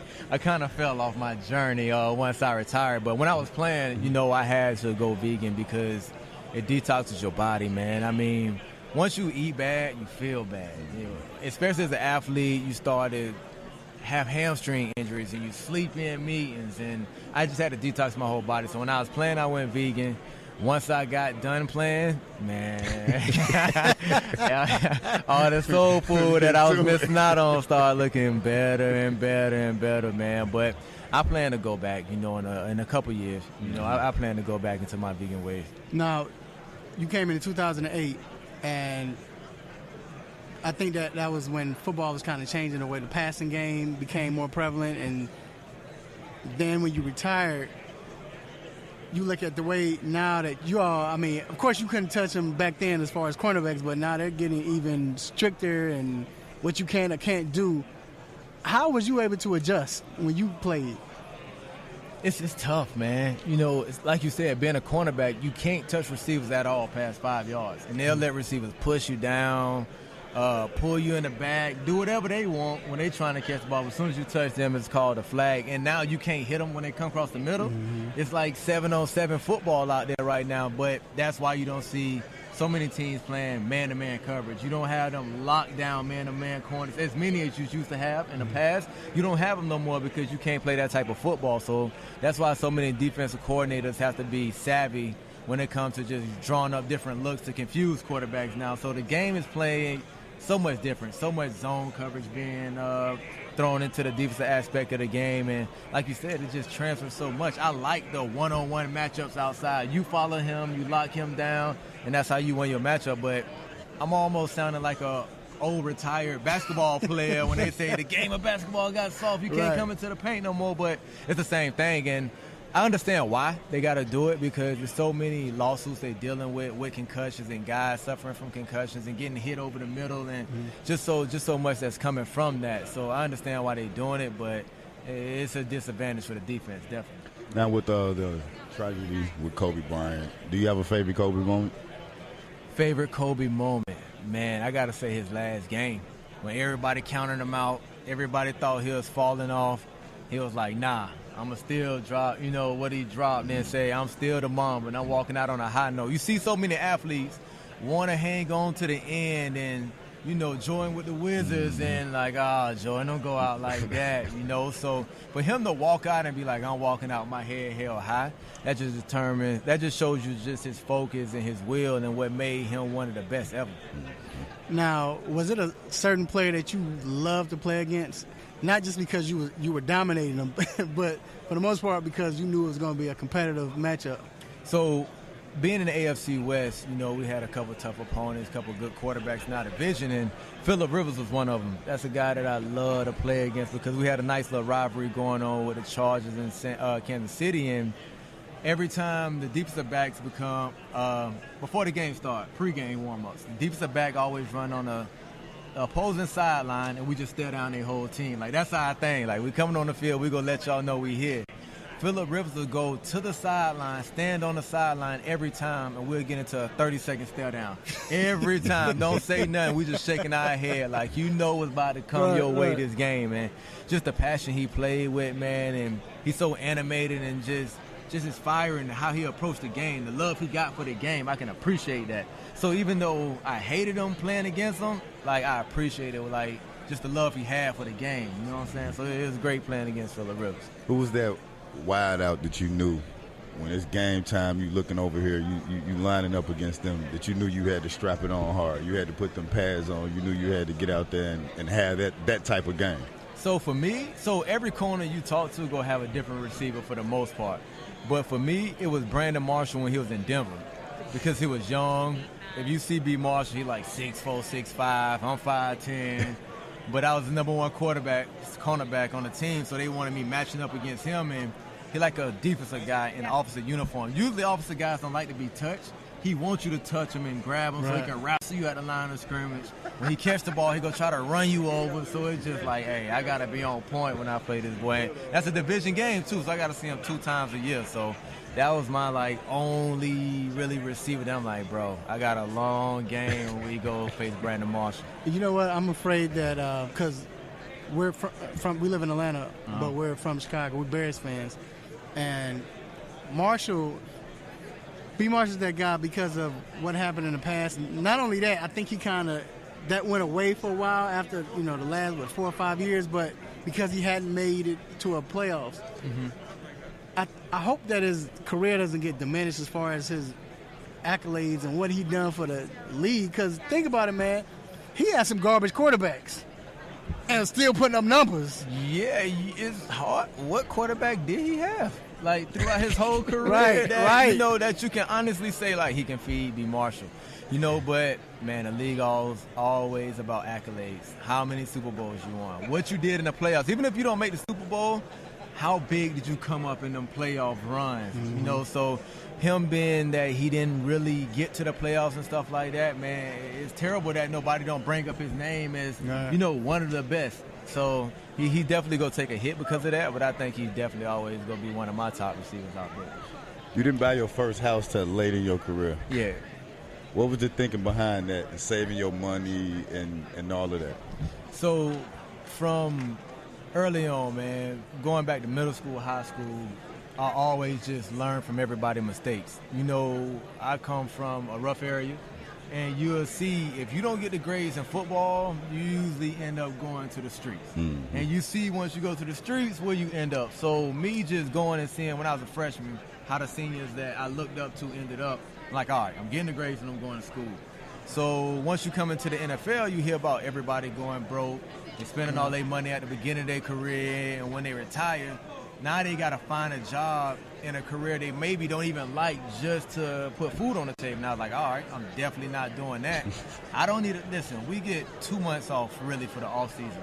I'm going to travel for one of those months, and I'm going to see my fam at home, back in my hometown for the other month. I don't need a house just sitting there for 11 months out of the year. Makes sense. So at that time, I was just like, I didn't even rent. I was like, if I'm here, I'm going to crash at my pop's spot. Because my pops and my mom, you know, they divorced. So, you know, pop's cool. Pops always been cool. So I can crash at my pop's spot. Or, like, if I'm coming down to Miami, I just stay down here for the weekend. So I didn't really need to waste money. I know it looked cool, and I can post like I got a nice house, this and that, but I don't need it. It's something I don't need, so why spend money on it? Yeah, because I heard a lot of players. It was when was that? When y'all threatened with a strike? Or? We locked out. Y'all locked out for. Yeah. I think it was around 2012, 2011, something like that. Yeah. And I remember I don't know who it was. I talked to one of the football players, NFL players, but he said there was a lot of players that was hurting because they went overseas and went on vacations and all of that.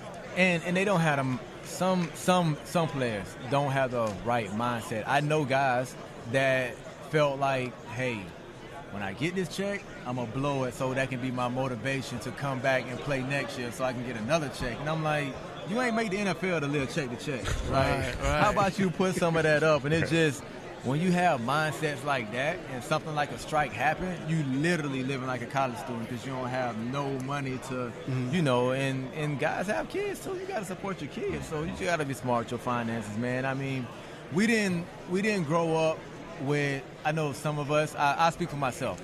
I didn't grow up with parents that knew about money, because we're living check to check. Right. So I can't blame my parents for not knowing how to try to create generational wealth. They was just trying to focus on surviving and providing the best for me and my sister, you know? So I just had to learn, man. It's mentors in every profession that you can learn from and try to do things the right way.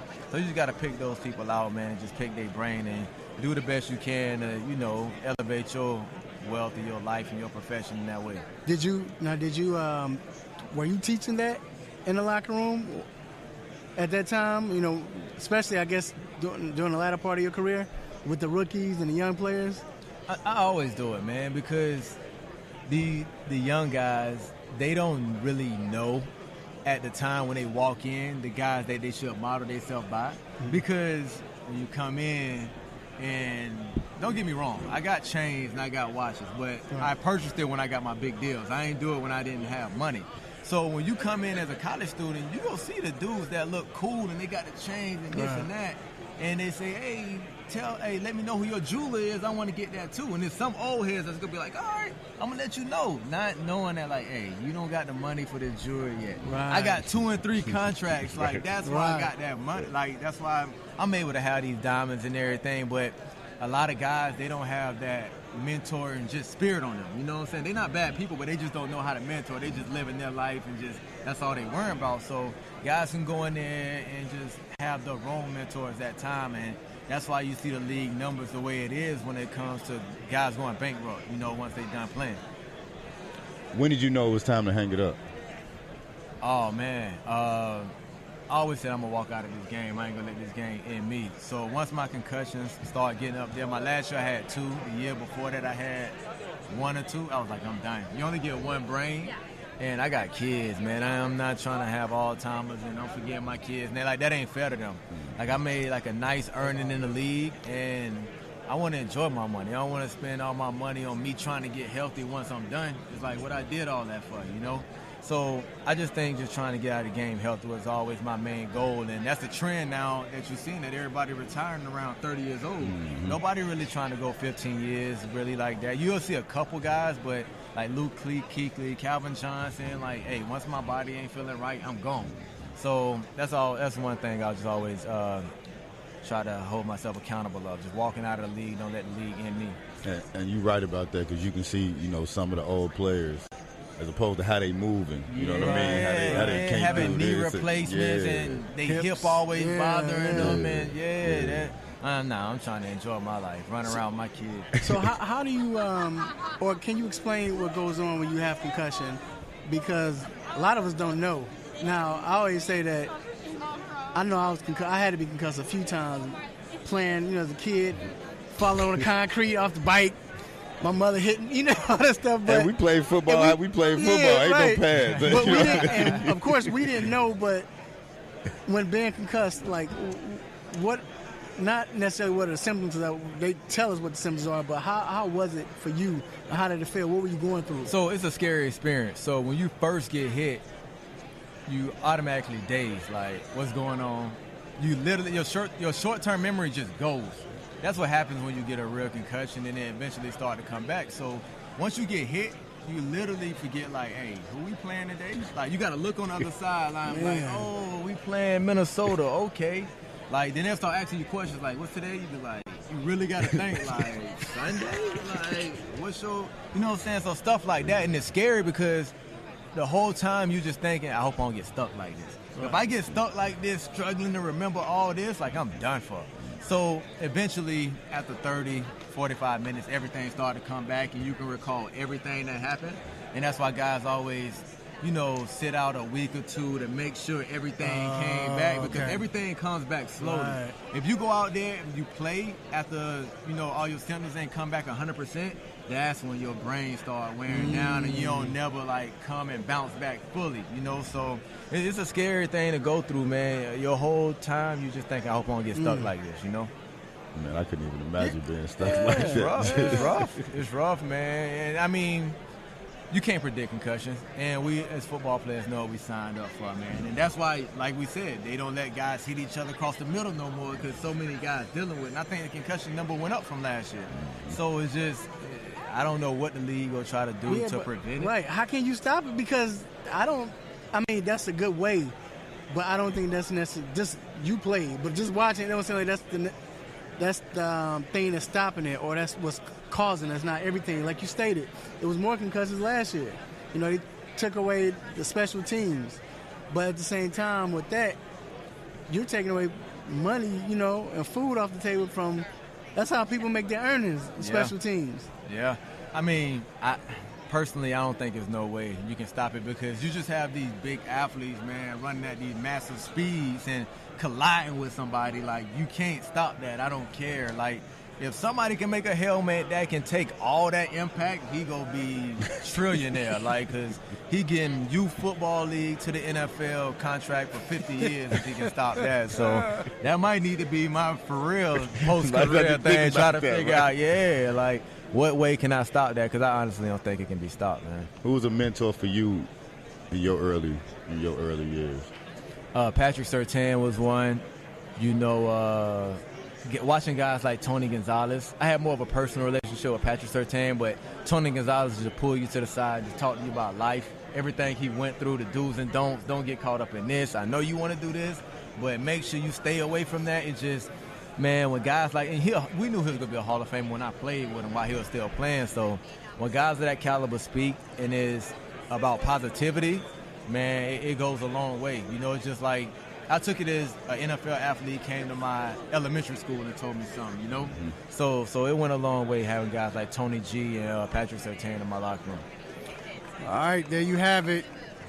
My man, Brandon Flowers, former Kansas City Chiefs, San Diego Chargers. We got to go. Did you 30 seconds, or did you like the name when they changed to the LA Chargers? How was that? I didn't really care, man. I was a Chief. Like, when I was over there, they knew. They was like, bro, you a Chief just playing with us. We're not even going to try to convert you, bro. Like, appreciate you been on the outside of the ball, like, putting our helmet on, but we already know what it is with you, so it ain't matter to me. Yeah. All right, there you have it.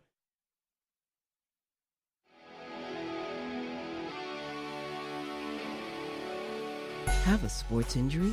Need to see an orthopedic doctor? Ortho Atlanta is one of Metro Atlanta's largest orthopedic and sports medicine practices, providing orthopedic and sports medicine care for the whole family.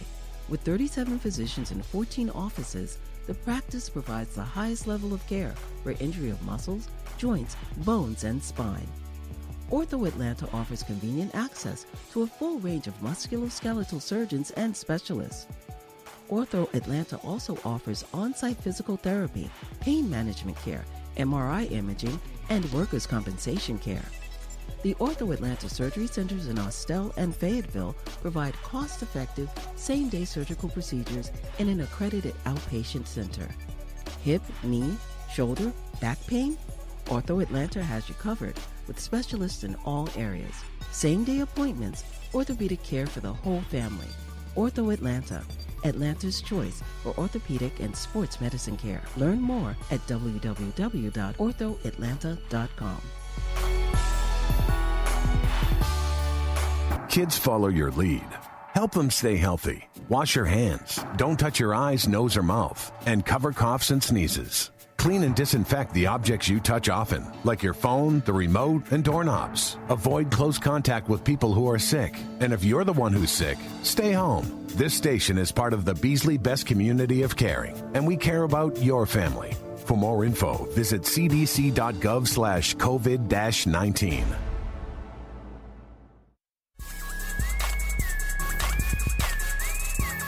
Yo, what's up, baby? This your boy Deontay the Bronze Bummer Wilder, and you're listening to my guys at 3-Point Conversion, baby. Yeah.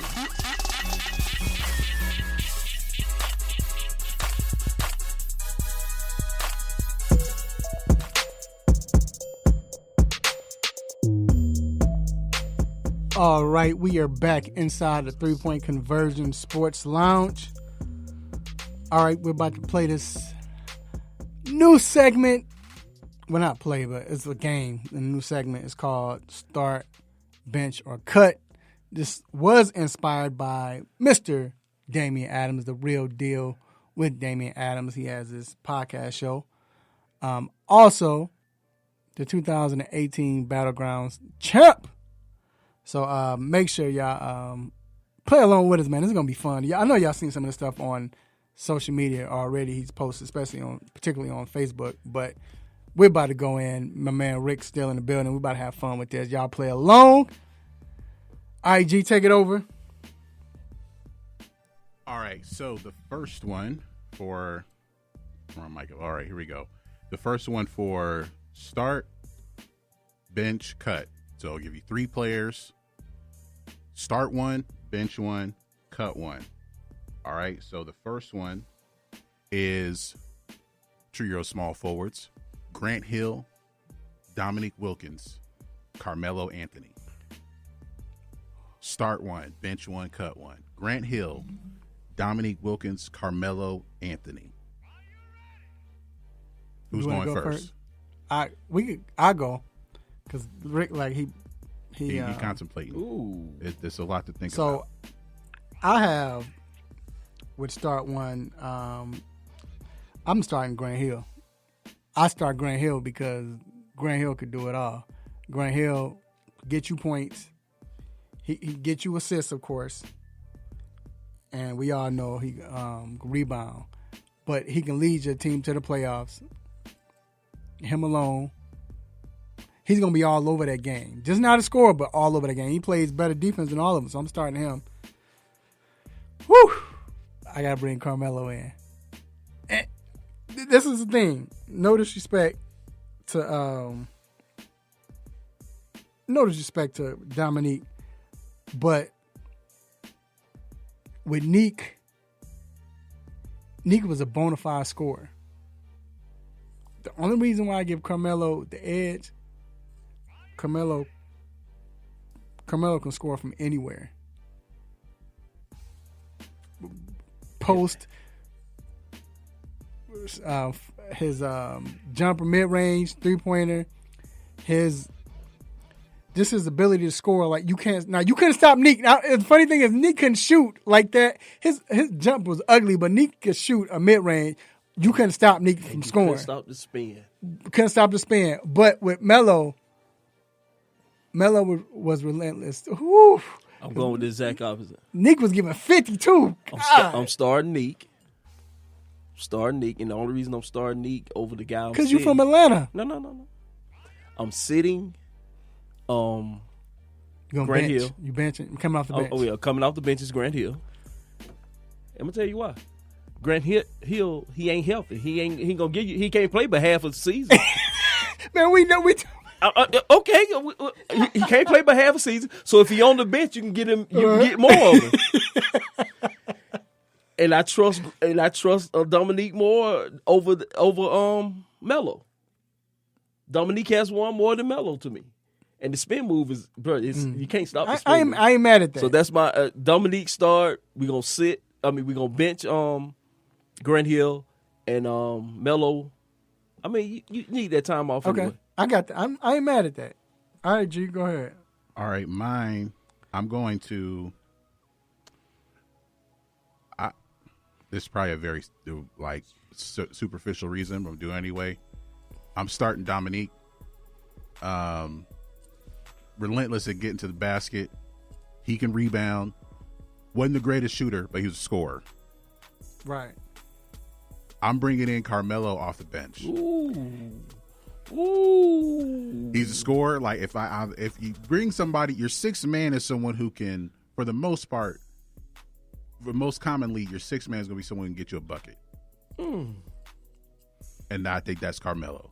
And I got to cut Grant Hill. Yes, he can do a lot of things, but I got two guys who, if this is based off of, I need scores. So 2 out of 3 are big time scores to me. So they can't pass the ball to themselves. What happens if I'm saying Grant Hill was point guards, man? We're not saying this. Grant Hill. Hold on, Grant Hill was clutch. Grant Hill was all over that game. Yeah, he dominated the game. That's why I'm bringing him in on the. Okay, but you're not playing him. You said like Grant Hill could take a team to the playoffs. I see Dominique Wilkins carry some Hawks teams. Yeah, true. And that's why it was tough for him. That was a tough one, honestly. That's real tough. Yeah, that's because when you say, I'm thinking about Neek scoring 57. Oh. And, whew, you're right. That's tough. I ain't mad. Okay, those all right, classic go ahead. battles with Larry Bird. I ain't mad at it. Go ahead. That's why this is tough. y'all play along, man. Y'all watching.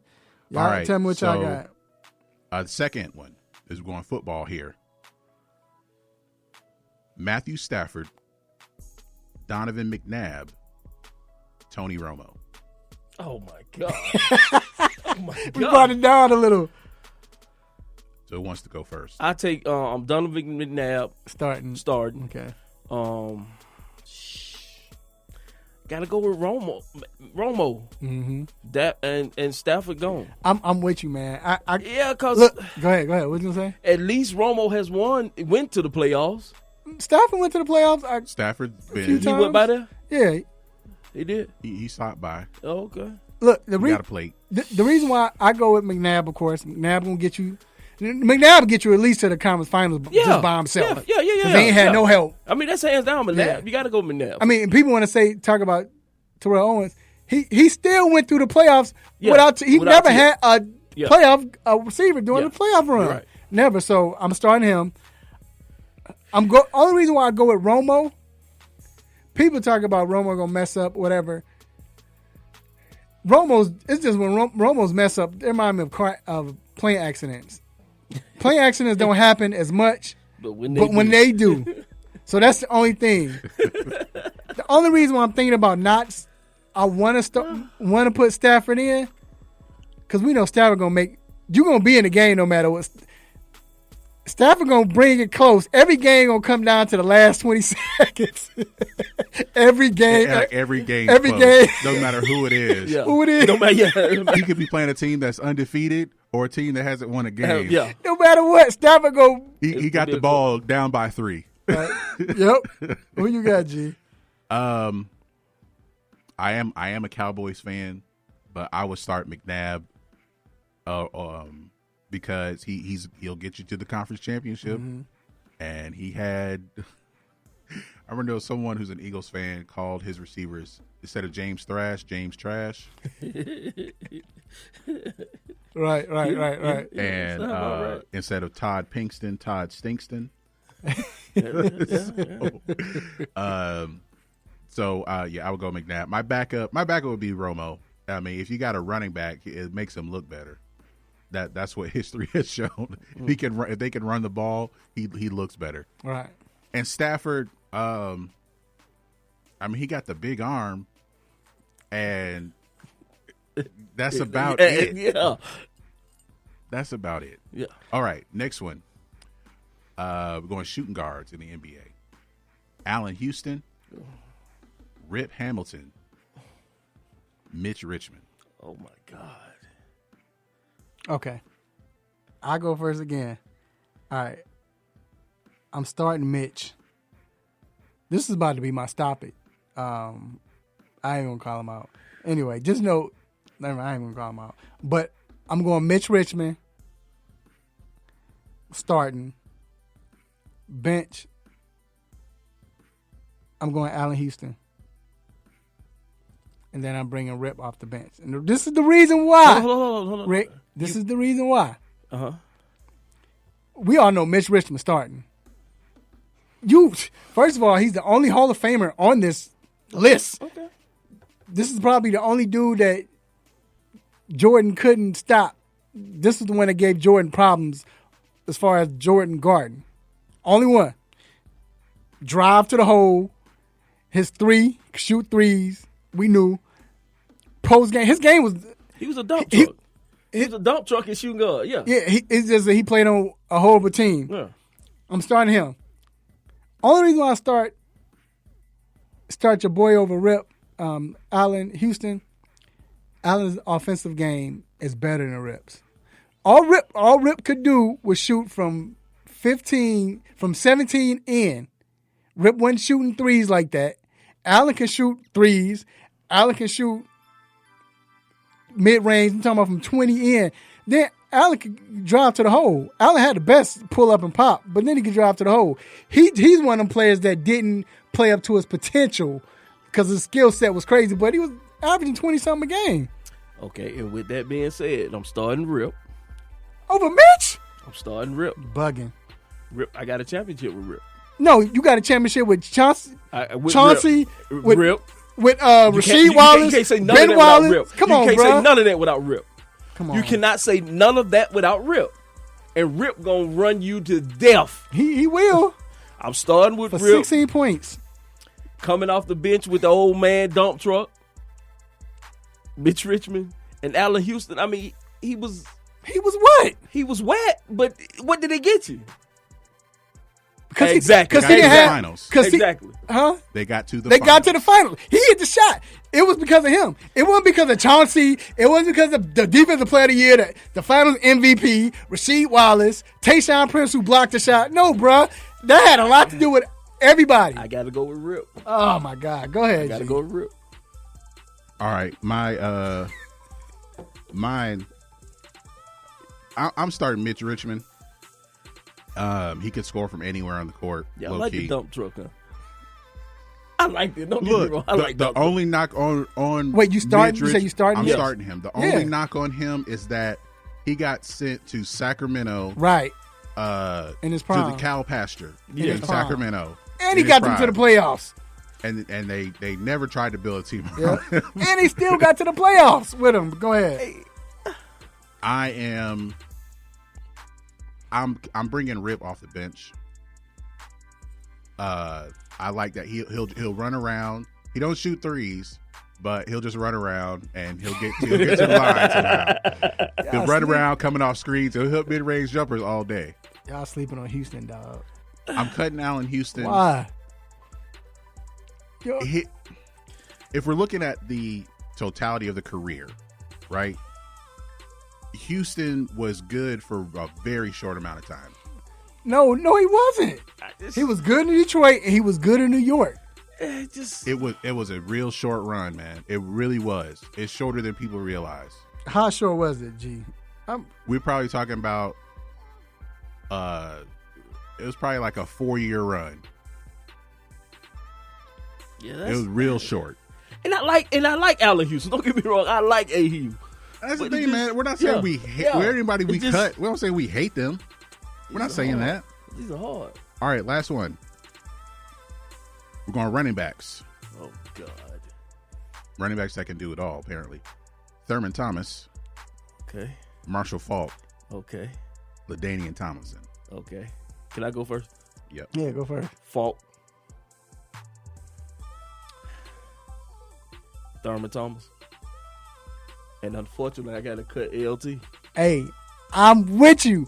I say the same thing. Because first of all, you got to remember, Marshall Faulk probably he's a top 3 running back of all time. Hands down. He already cussed me out at the Super Bowl when I said top 3. He was top 3. He cussed me out. But but you look at Thurman Thomas, dog. Thurman Thomas don't get the respect he deserved. This was the first guy. Roger Craig was the first guy to do it all in a sense, but he was the first guy to kind of like get over 1,200 yards rushing. He could run passing route. Like Roger Craig didn't really run routes like that. Yeah. Your boy ran routes. Thurman ran routes. Thurman couldn't. He helped him get the fold. That dude was everything. He helped him get the fold. And LaDainian just getting cut by default, bro. I can't miss him other two. And it hurts to say LT. It hurt. That one hurt. Because a lot of people always say this, and G, I'll let you go. A lot of people always say that. Remember when he scored? I mean, remember he had a year when he had 100 receptions, right? Yeah. Yep. That's because I think it was Drew Brees. He was dumping the ball to him every play. Yeah. I mean, it wasn't like he was. Did he have 6 touchdowns in the game? No. He didn't. Something like that. He didn't have something like an amazing game. But I know he had maybe a 5 touchdown game. Yeah, I mean, LT. I mean, hands down, you can't sleep on LT. But for that stat, I gotta go. Yeah, I gotta go with it like that. For me, I'm starting Marshall Faulk. He could do everything. Everything. He gets the ball. He can block. Of course, he can run the ball. Like he did everything. Interesting. All 3 of these, they're all in the Hall of Fame. They all won an MVP. I'm bringing Thurman off the bench because he could also. I know he could do everything too. Mm-hmm. And he did actually. It seemed like he did more. He could do more in the passing game than the other 2. Like as far as just catching the ball out of the backfield, like he'll go down. He's going down the field. You could throw it deep to him. Whoa! What? You say he could do more than you tripping? I'm saying like as far as like doing. I know they both like 100 catches, 1,000 yards, but I'm saying there was more of a versatility as far as what he did as a receiver. No, Marshall Faulk was ran. He was a receiver. He was lining out wide out. You could do that. We could do that with but Thurman he Thomas wasn't. too. But he couldn't run better routes than Marshall.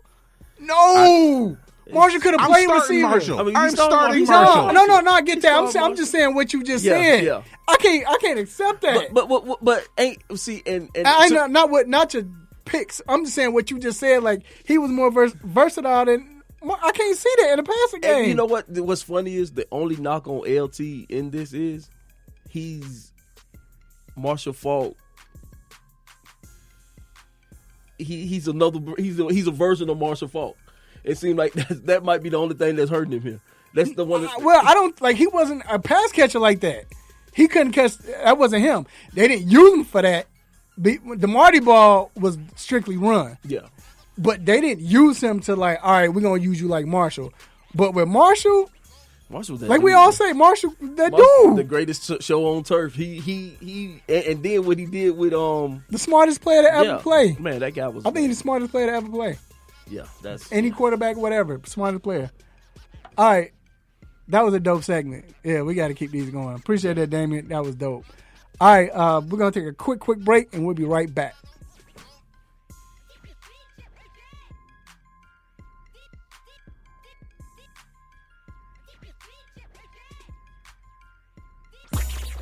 What's good, family? I'm Marlon Sucker Free Jones, a Sucker Free Life LLC, and I'm locked in every Saturday to the best sports show on the planet, the 3-point conversion, with no team or no players off limits. So let's talk sports, the best of the best, the worst of the worst, and everything in between. Can you dig that?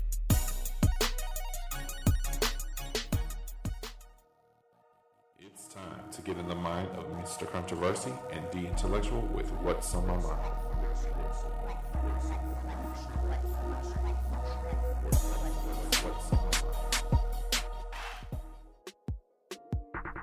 All right, I'm back. This is what's on my mind.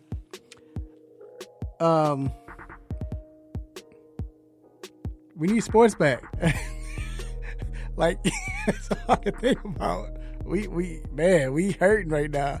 I will say though that I am, spending this time with family, my beautiful wife, children is cool. Man, here's the sad part. Brace yourself, because I don't think and we need to brace them, because what's about to happen is they're getting all of this quality time. And Rick, hear me. Rick, understand what I'm saying. They're getting all of this quality time. About 2 or 3 weeks, 4 weeks, a month or two. God forbid if it's 2 months. When sports come back, and they're used to that, come on, baby, let's go watch. Nah, the game about to come on. Get ready for that, because you about to hear it. Oh, so now sports come, I just don't mean anything. You about to hear all of that. So I don't know how you can brace yourself for this, or brace her right now. You need to start getting her prepared, or vice versa, whatever however y'all go. But it's about to go down, man. I just thought about this. I got to get ready for this, because like yesterday I spent all, when she, got done or whatever, evening time was for all evening watching movies and all of this. In the bed, we chilling, all of that. When it come down to when sports come, and I tell her I got a game to cover or the game about to come on, and she didn't get used to this, we need a stimulus package for that. So I'm just saying, that's what's on my mind. Get ready. Yo, they gotta hear this, the video of this. Anyway. All right, y'all. If you hear this music, you already know what it means. It means it is time to let you go. But before we let you go, we got a couple of shout outs, and stay tuned because you might be one of them. First off, I want to give a shout out to Almighty God for, protecting us, keeping us healthy, keeping us safe, keeping us alive through all of this, keeping us sane, and giving me this platform to do what I do, say what I say, make you all happy, upset, mad, want to give me the stop it button. I definitely appreciate that. Also, I want to thank, we talk about the cut it and everything, Marshall, all of them. We still got to give props to one of the best. I wasn't a fan, but I've turned to a fan of Emmitt Smith. And we definitely got to give props to Jerry Jones for going ahead and drafting him. Thank you, Raphael. You're welcome, Jerry. I got to show you love, man. Show me love. That was a stretch. Anyway, I appreciate my guest, Rick. Appreciate you coming on, dog. Shout out to my boy, The Intellectual. What up, boy? My guy, G, for doing this thing. And even give a shout out, man, to Josh. I'm not going to call him his nickname for the radio, but speculation, I'm calling him that. But give a shout out to Josh for doing this thing. Just listen to the commercials. Yeah, the commercial, right. I'm not saying that. But also, man, I want to thank my family, my beautiful wife, children, aunties, uncles, grandparents, brothers, sisters, cousins, and nieces, nephews, play cousins. Y'all stay safe. Let everybody know you love them while they're still alive, while they can hear it. Love on them. Eat good. You probably have because you ain't going nowhere else. Eat good. Dang, I can't say watch sports. Watch some old sports games. Watch some sports movies. Keep in tune with the 3-Point Conversion at 3pointconversion.com. Everywhere else at 3PTCNVSRN at 3-Point Conversion. And till then, next week, same time, same show, same crazy host, same sports nonsense. Will you miss me? I'm out. Peace. just got done listening to the 3-Point Conversion Sports Lounge. Be sure to follow us on our Instagram, Twitter, and Facebook accounts at the 3-Point Conversion. And also make sure you check out our website, the3pointconversion.com. Be sure to follow us live and listen every Saturday morning at 10 a.m. Eastern.